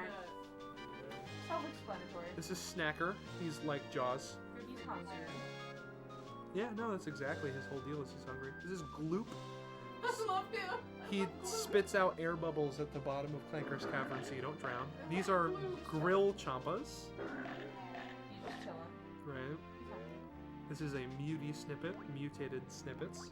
Oh, what if I can focus on his head? He's just a little He would guy. snap you. These are the Whiplashes, the fleshy ones. I... They live inside of the guts of Clanker, the trash compactor, Croctus. Which, mind you, Clanker's confusing. I'm gonna give you a rant about that. I love Flibbits. Clanker. We were Just a having little guy. Because Clanker, Buzz Bombs, Clanker's made of metal and looks like a shark with gills but has a blowhole, and when you go inside him, he has fleshy organs, and on the outside, he has exposed bloody wounds. It makes me think of that one. He's like a card from Cars. Yeah, groggy, soggy, and muggy. He's like It makes a card. It makes me think of that one rendition of the kaiju, where it was the big fish and it just kept evolving rapidly. And then Oh, Shin Godzilla. The Twinklies. Shin Godzilla. Makes me think of Godzilla but with metal. That's fair. The Twinkly Munchers. But yeah, So very. the Sir Slushes. I hate you, rat bastards. They laugh at you and hurl snowballs, and they home on very well. Chinker. I'm not gonna say that. Yeah, no, it's not great. I usually just call them Clinker. Jinxie. Yeah, little ice cubes. Ancient ones. What a goofy color. That's Grabba. Nice. He's great. I love him. Isn't Tip Tup the name of a Rare Games turtle character? Am I making it up, Scabby? This is that Tip Tup, Melohi. The Tip Tup you're thinking of is the Tip Tup in Banjo. Mums. This is Histup. Does Ruby have his own thing? He's like a snake charmer guy? No. Moat Sand. Oh, nice. Nah. His puzzle's really cool. Tumblr. Motsand, so he like plays a song and you have to hit the keys that he hits and mimic him. Portrait Champa. But he doesn't actually play anything distinctly. Like if you were to, those are called tihis by the way. But if you were to take a keyboard and play the things that Motsand plays, it would be nothing. But what it does in the game, and not only are the programmers but Grant as well very proud of this, when a key is hit on that keyboard by him or you, it plays the root of the chord that's playing in the world theme. Oh.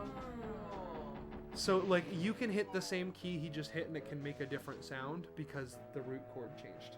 Oh, I love that. It's really, really cool. I love Grimlets. Shoutouts to Grimlets. That. Shout out to Grimlets. This is... I choose to believe they intentionally wanted him to be Float Sam, but I know it's Flotsam. I know it is the Seaman Grublin. Yeah, no, I know. Like the boat floats. Yep, because the Flotsam enemies are just the boat floats with googly eyes. Yeah. Snare bears. I'm fully aware it's Flotsam. I choose to believe that they wanted to be silly and make fun of how Flotsam is spelled and named him Flotsam. It's I just think nothing backs this up at all. I This just- is like no, my I just head think- canon. I just think they played it straight and they were like, Flotsam is a silly word. Grublin Hood. Yeah, they're like, he's a Flotsam. It's already funny enough. Sorry, we're done. With cracks.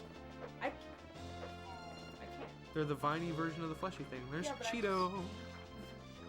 Yeah. No Here we I go. felt like a minor flare in cartoon form. I'm sorry. Right. Yeah, no, that's fair. She walks by again, but Leave me alone. here comes our just. It's gonna be great in Banjo-Tooie. Mumbo in all his glory. Hello, Mumbo. Hey, Mumbo got secret pictures. Mumbo, what did you do? Nice one, Bone Brain. What's on him? This cutscene only plays if you 100% it, I think. Got pictures of things you missed, secrets used in next game. Or like he teases you and they're like, show us, and he's like, no, unless you 100% it. Hear that, Kazooie? We're gonna be in another game. Great. So let's see the pictures then, skirt boy. Did you get all 100 jigsaw pieces? We sure did, Mr. Mumbo. Yeah, so show us your secrets, Masked Midget. Whoa. She's so mean to him. Pictures show things you missed, secrets that are for new game, a Banjo-Tooie. Banjo-Tooie? Sounds great. Is it any good? Mumbo's jaw dropped in awe. Ah. Hey, why isn't it called Banjo-Kazooie Tooie? I'd better be in it too, short stuff. Banjo-Tooie make Banjo-Kazooie look like joke. Mumbo show you pictures of stuff can use in new game. Here. Find first secret on the beach. So this is Shark Food Island, and in this game, if you go there, only the peak of this big tower sticks out with a sign that says Shark Food Island. The rest of it's like fully submerged. So they're like, look, it raised up. Go back and go in and get it. And you go back and it's not raised up. Which is super cool. Yeah, it's a secret cavern. Baron Bird must climb to top. What's up there, dumb skull? Wait and see, oh filthy feathered one. He's all afraid of heights. He's cute. Looks like I have to get us up there. Because he's like, I fucking carry your ass, shut up. What's funny is in this instance she's saying it like, Yeah. Yeah. And they go, egg.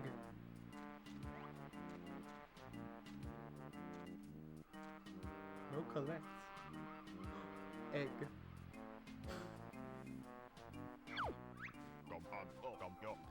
Next secret found in snow. That's Waz's cave. They like tell you this is the ice key thing. Where if you go there, there's just a pane of ice that you can't get through. We've already been in here. Hey, what was that egg for on the beach? Tell us. Bird, be quiet. Watch picture. You just walk through. So in the actual game, all you can do is stare from the outside at that. Which Kazooie knows where she'd like to stick that ice key. Kazooie! Yeah. Another secret can get in desert. Egg. Yeah. The egg. Chat's absolutely right. The egg. Nice, Mumbo. Please tell us what the eggs and key are for. Kazooie, we're like, that's great. What are they for? No, bird rude to Mumbo, not tell. Wonder what's in here. It's another egg. They intentionally are like, look at all these places you can go to get rewards. Wow, how do we get those? Mumbo not telling. Find out in Banjo-Tooie. You never find out. oh, you fuck around. You can. And people did fuck around and find out like secret cheat codes that are like really obtuse and long. And like little like limericks. The cheat codes are like limericks that you have to type into the sandcastle floor to unlock things. Oh, and here's how Gruntilda's doing. Her single minion Klungo is trying very hard to lift it. Poor Klungo. All the jiggies you did snatch, but I'll be back for my rematch. Still can't believe we just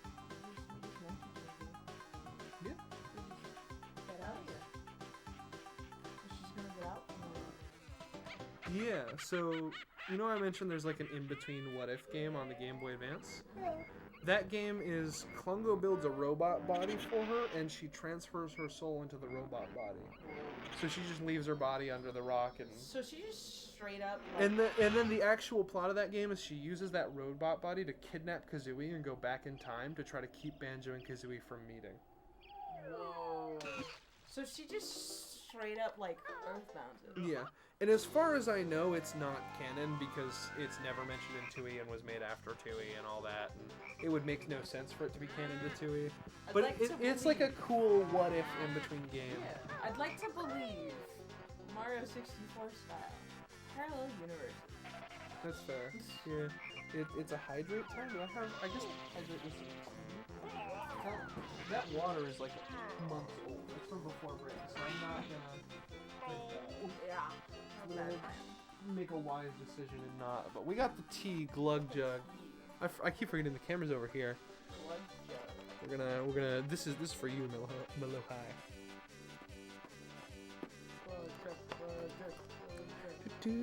I want to play Banjo-Kazooie. It's very good. But yeah, so then, awesome, good enough. Glad to hear it. But then Tui picks up, like, according to real time, because Tui came out in 2000. This game came out in 1998. The opening cutscene to Tui is like 2 years after they beat Gruntilda the Witch. And her sisters come and break the boulder, and she climbs out as a skeleton, and it's all dramatic and cool. So it makes no sense that Grunty's revenge actually comes. Because, like, if she had a time-traveling robot body, she probably wouldn't go back to her skeleton corpse. Yeah. You know, like... I too would keep my time traveling robot body. You know? Same. I would time travel into, I don't know, a time, and then be like, Right, just live away from my nemesis. I would create new nemesis. And then pit them against the old ones to be like... Oh! That's gotta be the plot. I feel like that's the plot of something, right? Yeah, Like, that's probably. That's like almost Metal Sonic.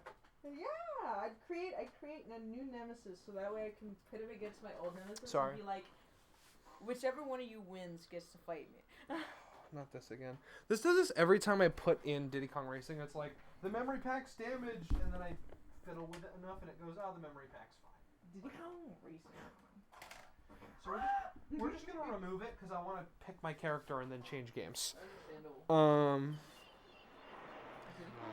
Because this came out, I think it was 96. So, yeah, this was supposed to be a sequel to the game RC Pro-Am, and then they made it about mascots. Maybe she missed her body. Maybe. Maybe. I think it's in 97 there, so. A year before Banjo-Kazooie. 3 years before Conker. Timber, the tiger, was supposed to be the star, and then they were like, yeah, we'll make it Diddy Kong. And even still, the plot of this game is that this is Timber's island, and Whizpig invades, so Timber calls all his friends to help. Bumper canonically goes to jail after this game. Yeah, so Rareware, there's Conker. Tip Top, there he is. But it is. Played so much Diddy Kong Racing growing up. We definitely need to play this sometime. Drumstick. But yeah, Rareware tweeted out that at one point they did like a Q&A where somebody asked what happened to the Diddy Kong Racing characters, and they're like, they all went on to do various things. Bumper the Badger's in jail right now, though. And then, like, a couple years later, somebody tweeted at them and asked if Bumper was still in jail, and they're like, no, he's out on parole for good behavior, and he assures everyone he's very sorry for what he did. What did he do? They didn't say. But yeah, I love that theme song because it changes instrumentation with each character. So you get to Banjo and it's a banjo going. Here we go. You ready for the only spoken line Banjo says? I'm Banjo. I'm Banjo. And here's Conker for you. I'm Conker.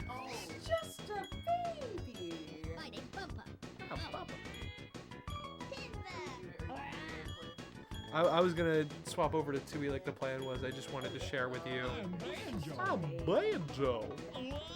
Whoa. Every sound Banjo makes in this game appears in Kazooie and Tui, except for I'm Banjo. That one appears only in this game. Every other one I could, like the whoa he makes when he falls in Tooie. Like I can actively cite what condition causes it in the Banjo games for everything except for the one.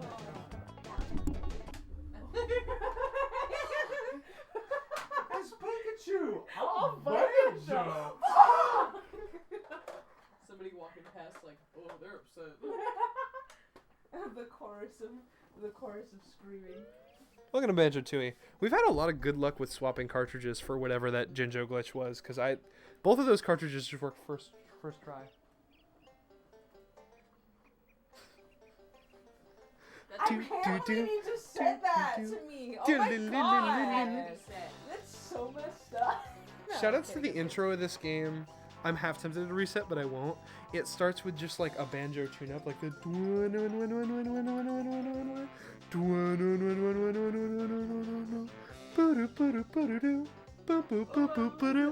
and it slowly picks up into the original Banjo-Kazooie theme.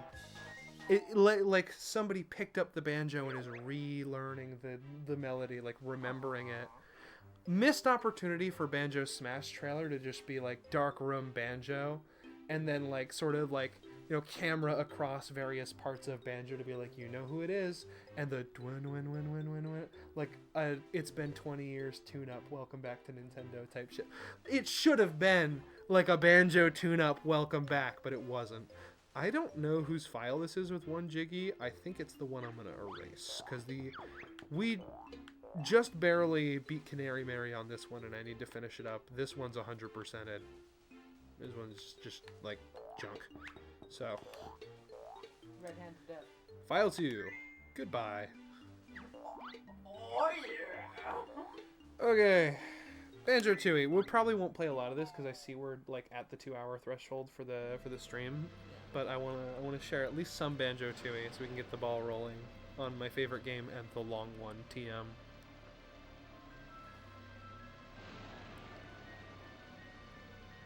Two years have passed since Gruntilda the Witch was defeated by Banjo and Kazooie. Again, that continuity of like actual 2 years. After falling from her tower, she was buried underground where she remains until this very day. Klungo's been trying for 2 years to get this rock up. Poor man. He has a whole plot in this game. He has 3 boss fights against him, whereas in the first game he appears in like 2 cutscenes. In this game you fight 3 boss fights against him, and you beat him once and he goes, oh, Grunty's gonna beat me for sure for failing, and he comes back to the next one bruised. And then the same thing happens in the last one. He comes back super bruised and you beat him and he goes, I'm quitting. I'm going to go pursue a career in game design. And he shows up in Nuts and Bolts, like peddling a shitty arcade game he made. That's awesome! Oh, man. Good for you, dude. I'm so glad that Right? he's doing better for himself. Mumbo Play Well has much of Bear's cash. He's right, Kazooie. There goes your birdseed money. Don't be so sure, Banjo. Hey, look outside, everyone! Grunty the Witch is back! Swipe. Where, Kazooie? I can't see her.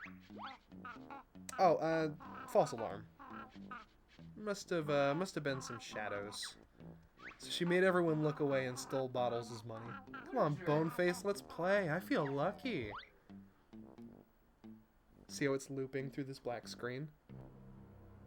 That's because they accounted for the load time, but on Xbox that load time's not that long. So you start seeing this and it's still going doom, doom, doom, doom, doom, doom, and it just gets more and more desynced as you go. Yeah.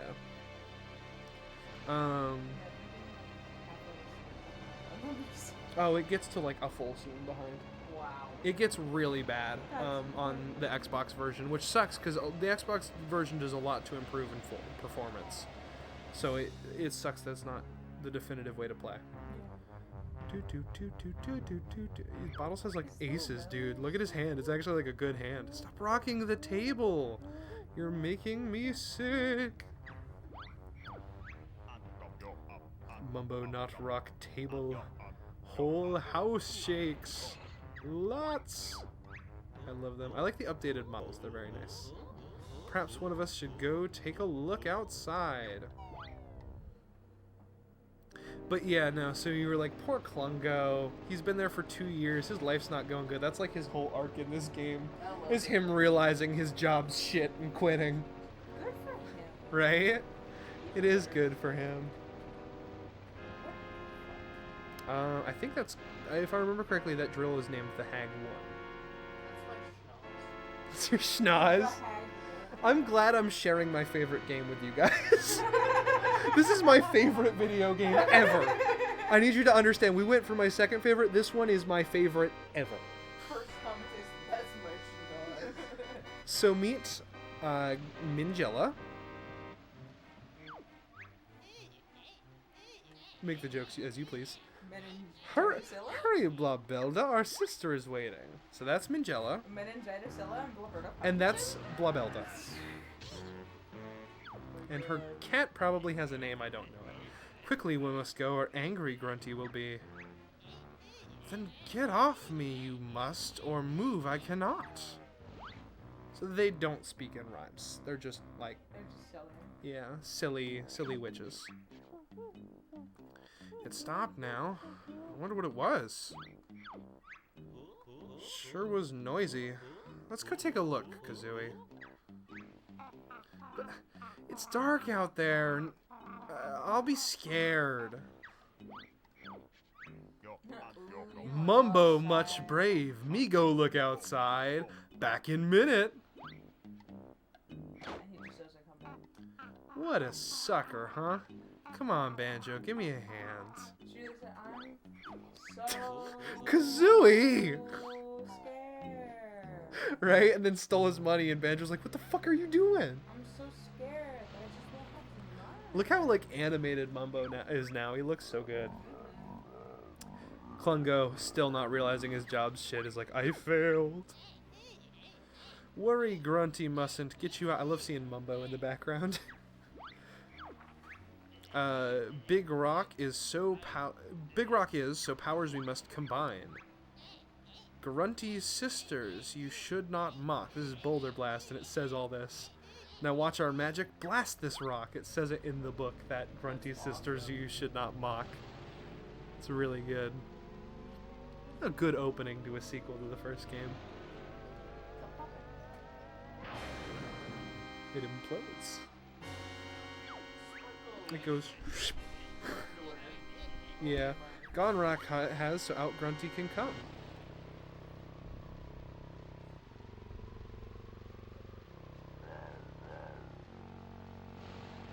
Fiercely loyal Klungo. No, no, no, this cannot be. What's happened to little old me? Nice Grunty looks. Lost weight you have. Why is the red kid on I hate bones, a body I need. Can you help with this little deed? Yeah, I don't know either. Nobody knows. Yes, plan to help we have, so back to our castle we must go. Wipe off her eyeball. Right then, girls, let's fix me up. Then Banjo's hairy butt I'll whup. It's not good. Me go tell Banjo. I'm so glad it's automatically. I tell him. Ah, seen a spony man has. Him we must whack. Leave it to me. He's no hassle. I'll kick butt, then off to the castle. They're a little hobble. Very bonesy. I love this game. The words being in the book is a really nice detail. I greatly appreciate. Me too, Nolo High. I'm glad we agree. She said, I'm free! Kill, kill, kill! Right. Kill, Back kill, in the kill, house. Kill, nightmare, kill. Guess I'll be having that bird seed after all, huh, Banjo? But you cheated, Kazooie. That's not... Everyone, must run. Quick, Grunty coming.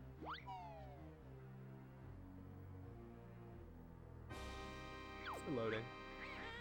Revenge is mine, I cannot miss. Let's see that furry fool dodge this. Her eyes cross, and the game slows down. I love it. It's so good.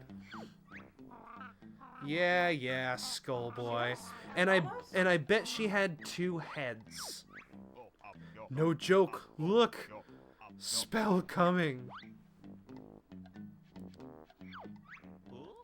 He's right. Quick, everyone, out! I'm not falling for that trick again. I'm staying right here. Sam, you really just got spirit bombed. Wait for it. It gets better. It gets, well, worse, actually, but better. I'm sorry. I love telling people about this, but I gotta wait. Hurry, you must. Ready to leave we are. Hold on, sis. I'm nearly there. I've just been to blast that bear.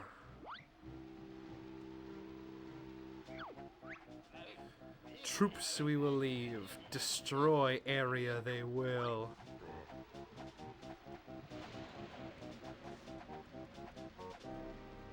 This is a silly little card. I love this game. Right? It's very charming. Then Klungo's like, dude, you left me, bro. Wait for me. No, Klungo. You stay here. I'll be back. Have no fear. Right? There's one other narrative thread we need to follow. Oh, it's daytime, by the way. Oh, okay.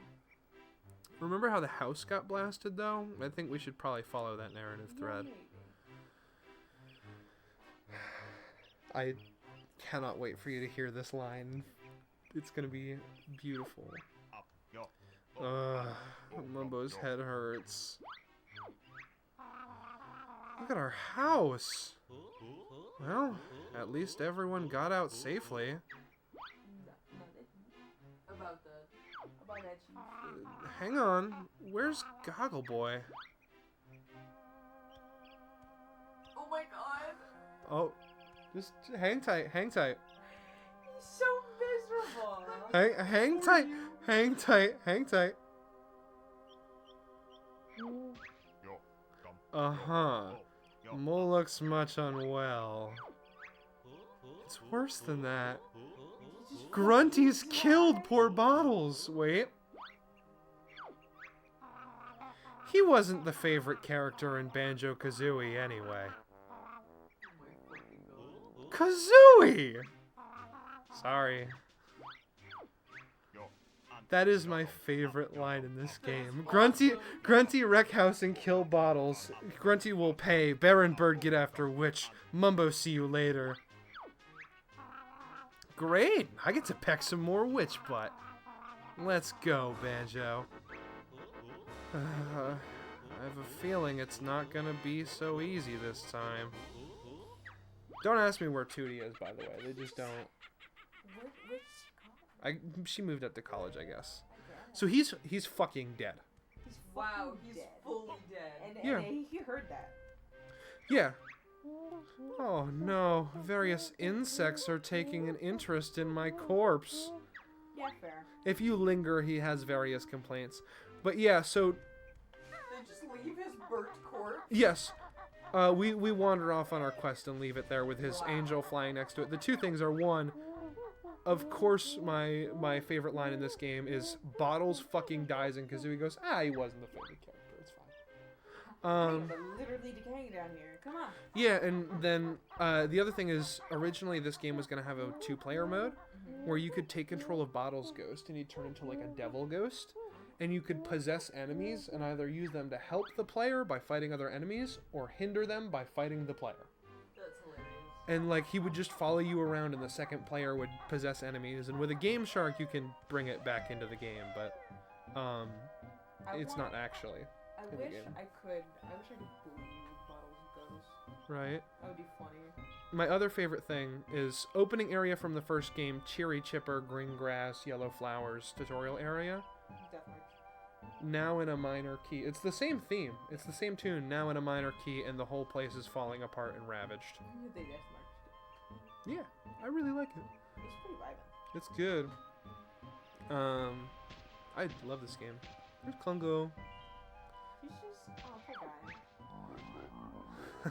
Stupid Baron Bird coming. Me wait for them in here.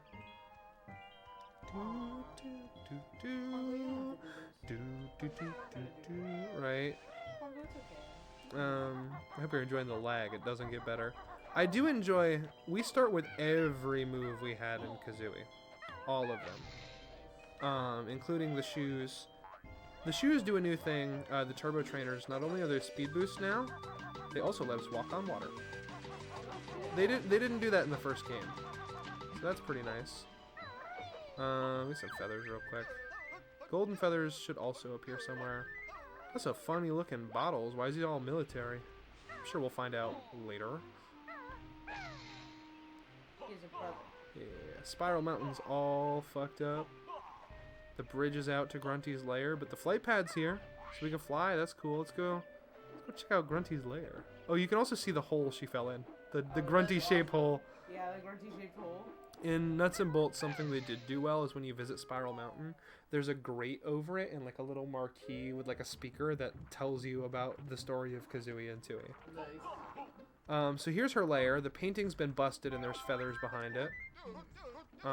Cheeto's chilling, and he's real sad because, like I said, his pages got ripped out, so now we gotta go find him. Over here is where Mumbo's mountain was, blocked off by rocks. Over here is where the rest of the layer was, blocked off by rocks. Up here, where the first Jiggy was, you can get eggs. This was where the first Jiggy of Kazooie is. But yeah, so that's our status update on Gruntilda's lair. I fucking love this game. So we're going to a castle. Yeah, we gotta go chase him down. But yeah. I do like, they place things for you to learn all your abilities that you had in the first game in Spiral Mountain in the second game. It's nice. It's also nice to start with Talon Trot and be able to walk fast.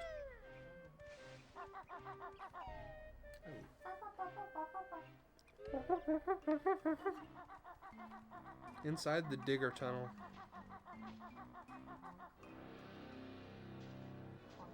The first of many. It's because Banjo-Kazooie has like 3 bosses, and they're all just sort of like strong enemies. This game has like each world has a boss fight, and it's not like the end of the world, but like they all have Klungo, menu with a mission. They all have like names and title cards and stuff. If it isn't the Baron Bird who caused so much trouble for Mistress Grunty. Yeah, I don't recall anything like that happening. You is stupid. At least we can speak properly. Right? I really enjoy the interaction of you cause so much trouble for Grunty, Banjo, for the only time Banjo's ever snarky. I don't remember anything like that. Klungo, ha! You is stupid, Kazooie. Well, at least we can speak properly. So he has 3 different potions he can drink. The color of the potion, it's decided randomly, determines what he does. We got a pretty good one, if I remember correctly, which is just he drinks the red one and grows big. Pretty easy. You just hit him, and then he goes in his little force field and throws potions at you, and you dodge them, and then he drinks another potion. Hit him 3 times, you win.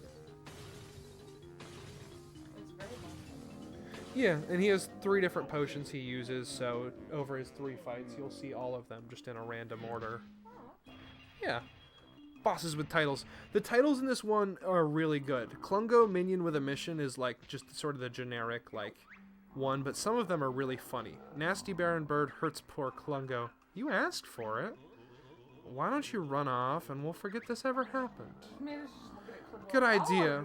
Good idea, but not seen last of Klungo. Klungo coming. Please beat failure Klungo with broomstick. Aww. Yeah. Poor guy. Right. I genuinely feel bad for him. No, that's from Whence We Came. But I do enjoy, again, for some reason, Banjo's snarky to Klungo. Both the, I don't remember that, and then Klungo being like, you beat me up, and Banjo's like, why don't you leave and we forget this ever happened? I feel like he's genuinely trying to tell Klungo, like, I don't want to do this. Can you just go? Right? Please? Like, I feel bad beating on you, man. Right? Just please, don't, we can forget this happened.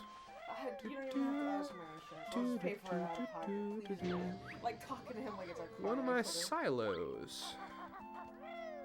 This is a Jinjo village, so if you're curious where those little guys live, they all live here, and their families are sorted by color. So, like, all the blue ones are a family. Fun little trivia, there is exactly one family of Jinjos in this game, which is one Jinjo. So he has no family. And that's the white one. There's one white Jinjo in this game. Why are you white? I don't know. Just go Yeah, around asking people why they're white. They added like brown, black, and white Jinjos, and I think purple is new. No, not purple. Pink? Purple or pink? One of them is new. Feels worse knowing he asks her to beat him up. Yeah, no. Klungo asks her to beat him up. Yo, what's up? I'm King Jingling, king of all things Jinjo, and ruler of this village. Kingdom seems a bit empty. My people were scared away by those witches and their giant machine. Kind of like it quiet, but I need to get them all back for the kickball tournament next week. Like to imagine his voice is crushed. Doesn't seem that important to me, but it is. There's a big kickball rivalry between the Jinjos and the moles, which means there could be trouble if we don't turn up. Oh dear. Jinjo and mole gang war. Exactly. Anyway, here's an incentive for you to rescue my people. He knows what we're after. Shiny. Yeah. No dance this time, it just circles and disappears. I believe you should go see Master Jiggy Wiggy in his temple now. Jiggy who? Jiggy Wiggy. He's the leader of a secret and ancient order dedicated to the mystical powers of the Crystal Jiggy. Ancient order? Crystal Jiggy? You just made that up, didn't you? No, honest. It's all true. He's very important to your adventure, as only the Crystal Jiggy can open the worlds that you must enter. Can you show us the way, King Dingaling? It'll be my pleasure. Yeah, Bottles' house. Opens a little secret door. Is that his I know child? that We'll see. I know that his voice Is is very, but I just imagine crushed. Yo, what's up? I'm King Jingling. Real though. This king is so chill, right? Then you just show up for kickball. Right. Not bad for a king, huh? Yeah, his strange pet thingy was cool. Let's go and find that Jimmy Wiggy then. He doesn't know how words work, does Right? Yeah. Again, I love this game is flawed, but the character and the charming writing and the wit are fucking peak. He could say Jumbo Wumbo. I would trust him. Right? I would trust him. Well, so real names in this game: Mumbo Jumbo, Minji Jongo, Humba Wumba. I trust that. My love. I'm not messing. Those are actual real names in this game. I trust that. So here's the villain plot. Come on, sisters, time I lack. What's the plan to get my body back? Annoying your rhyming is, so stop it or we will not tell. Oh, if I must. It didn't rhyme. B.O.B. this is. Big O Blaster, built by Minji and me. Life force from ground, plants, and creatures it can suck. B.O.B. can suck. Stored in big tank life force is. Shower Grunty will take when tank full. Then new body you will have. Take a shower, bitch. An evil and heartless plan. I like it. How long will it take to suck up enough life force? She really said, okay, how corporate we going though? Not slim you are, so plenty will be needed. So start blasting! Patient you must be, target you first must pick. Shoutouts to the controls for this machine. That cursed jingling has just given the furry fool a jiggy. I reckon we should blast the Jinjo King. Auto-targeting B.O.B. has. Button you only have to press. There's suck and blow. Shout out to the wait, why did they build a cartoon villain problem? Stop putting the Warmed override up B.O.B. is, so next begin to will the the firing ultimate sequence. sequence. They essentially put an undo our work button as opposed to a self-destruct. It's just They an said- undo. They said the suckinator, right? Okay, now what if we did the override? The It's like a reverse vacuum. It has a like blow right function. Here, and we think nothing of it Because clearly we're gonna kill these fools before they get here, right? Check this out, by the way.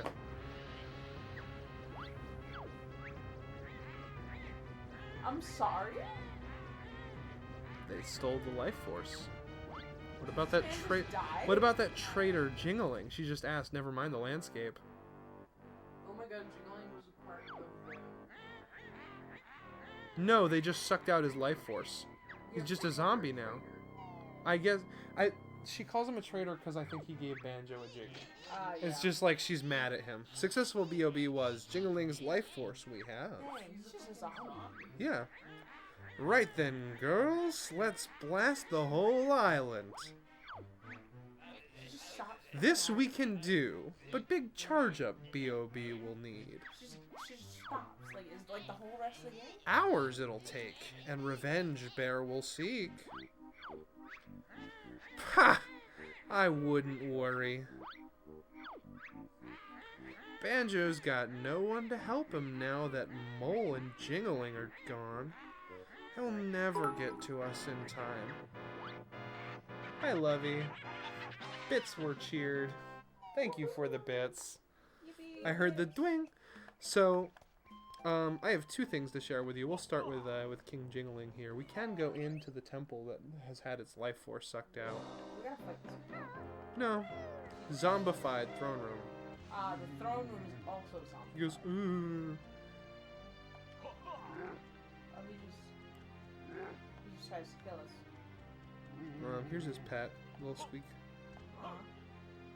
Okay.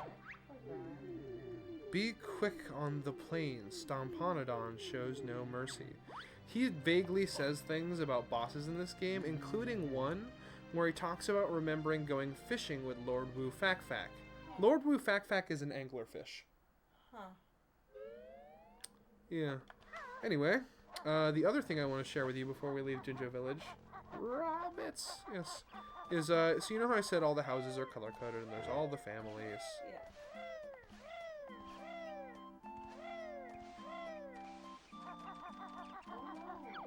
Skipping the signpost text. Here we go. In loving memory of the Grey Jinjo family, passed away unexpectedly when a huge digging machine flattened their house. Oh. There are no Grey Jinjos in this game. Flattened. Wow. Deceased. Yeah, so this is what's left of them. Dang. Part of a house. That's fucked up.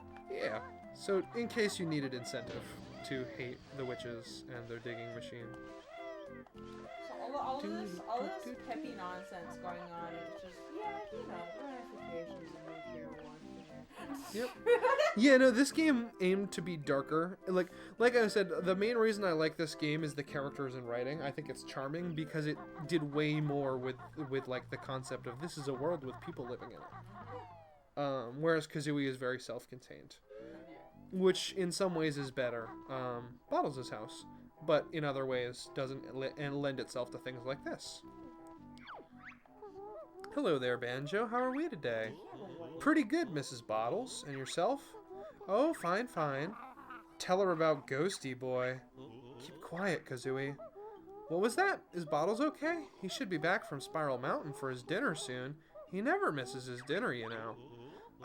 I'm sure he'll be back soon, Mrs. B. I tell you, Mrs. Ma'am, your man isn't coming back for his hungry man. I'm sure he'll be back soon, Mrs. B. Why is he lying?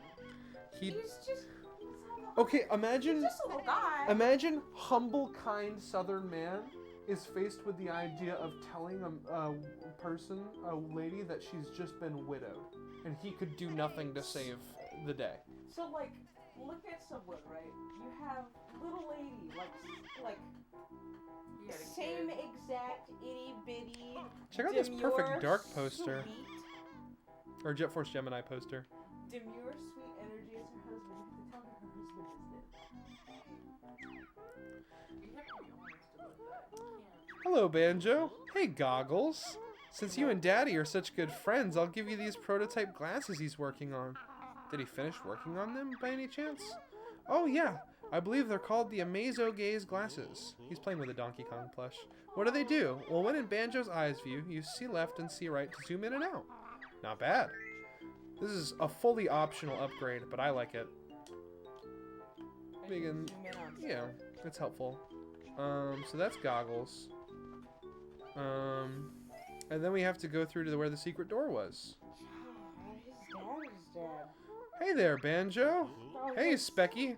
Me and my dad are going to be playing in the kickball tournament next week over at the Mayan Stadium. King Jingling has organized it especially for my dad since he's such a hero. I don't suppose you have any substitutes. Why would we need substitutes? My dad is the best on the team.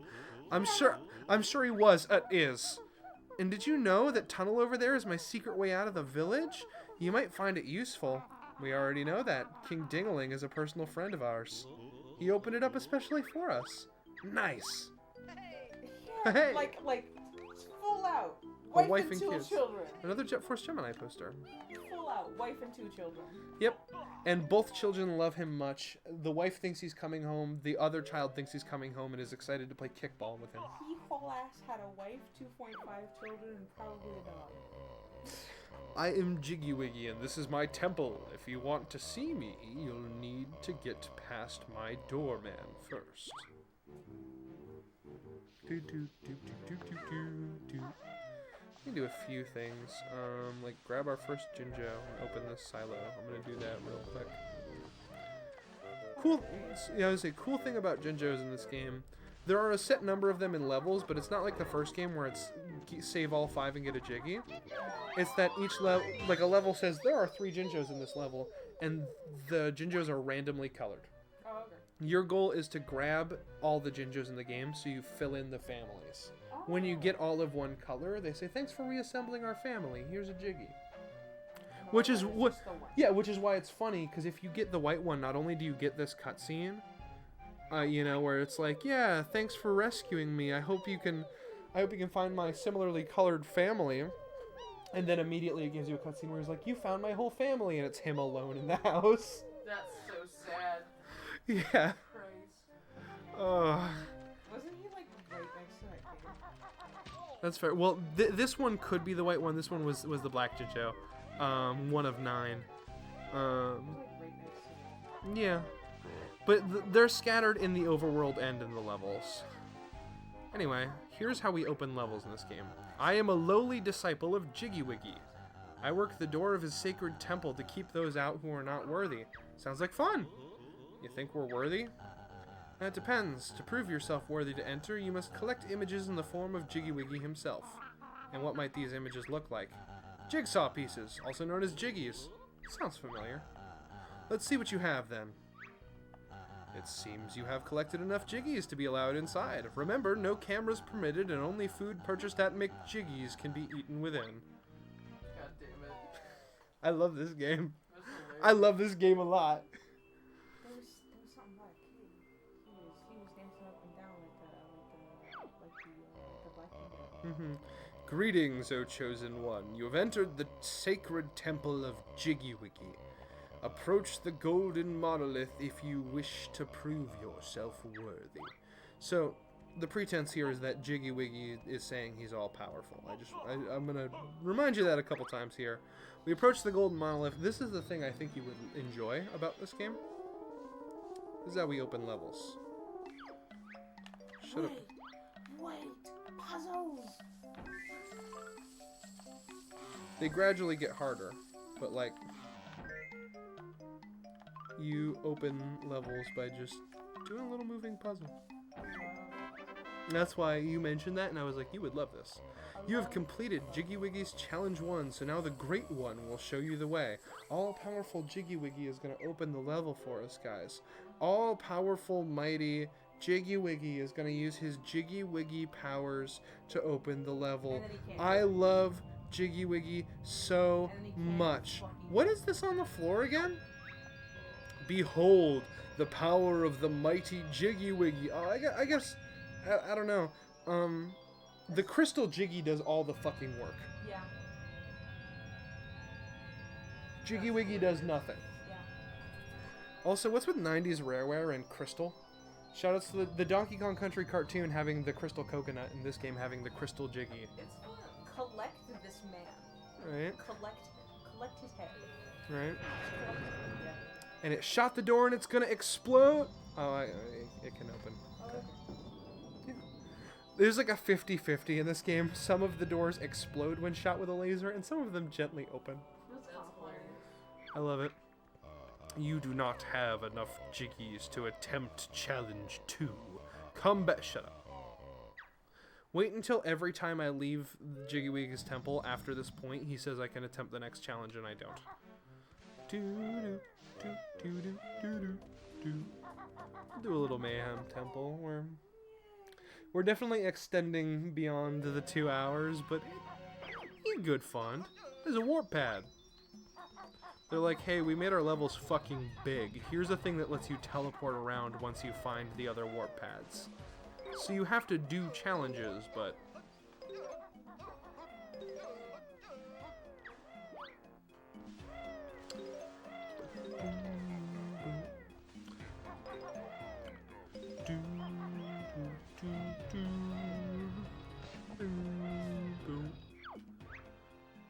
Hey, get your sorry hide over here and press B.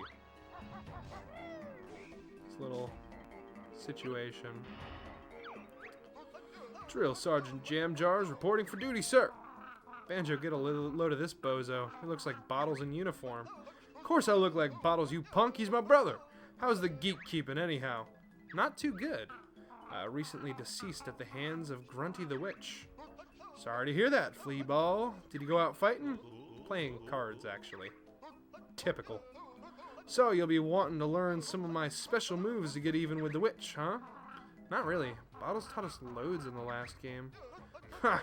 He only knew novice moves. You'll get nowhere without my advanced techniques. Sounds good to us, Jam Jars. Why not teach us a few now?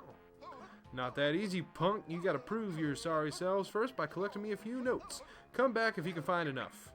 Hey, wait a minute. I see you've got enough notes for my first lesson. Listen and learn, you punks. What you need is an aiming sight. Hit the target, then you might first-person view by pressing up C. Hit Z to fire with accuracy. That'll be all. Dismissed. I like him. There's a rare chance when he does that salute and dives back in, there's a chance for him to jump up and the thing to close and him to slam his head on the top. That's hilarious. And he falls to the side and like slinks in and his hat's still sitting out and he reaches up and grabs it and pulls it in. Speedrunners hate it because it's just a random chance for it to be like a full 3 seconds slower. I love it. I love it a lot. Big worlds. They said notes come in clusters of 5 now, and it's nice. And it saves that I grabbed that cluster. We can turn it off and that cluster will still be collected. So it's nice. It's a happy day. If you think you're hard enough.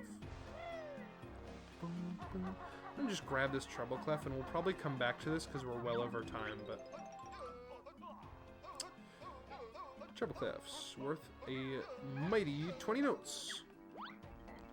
I figure we'll end because we're over time and we got all the notes in this level.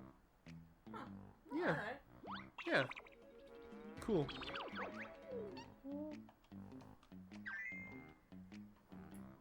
Good night, everybody. Good night. Bye-bye.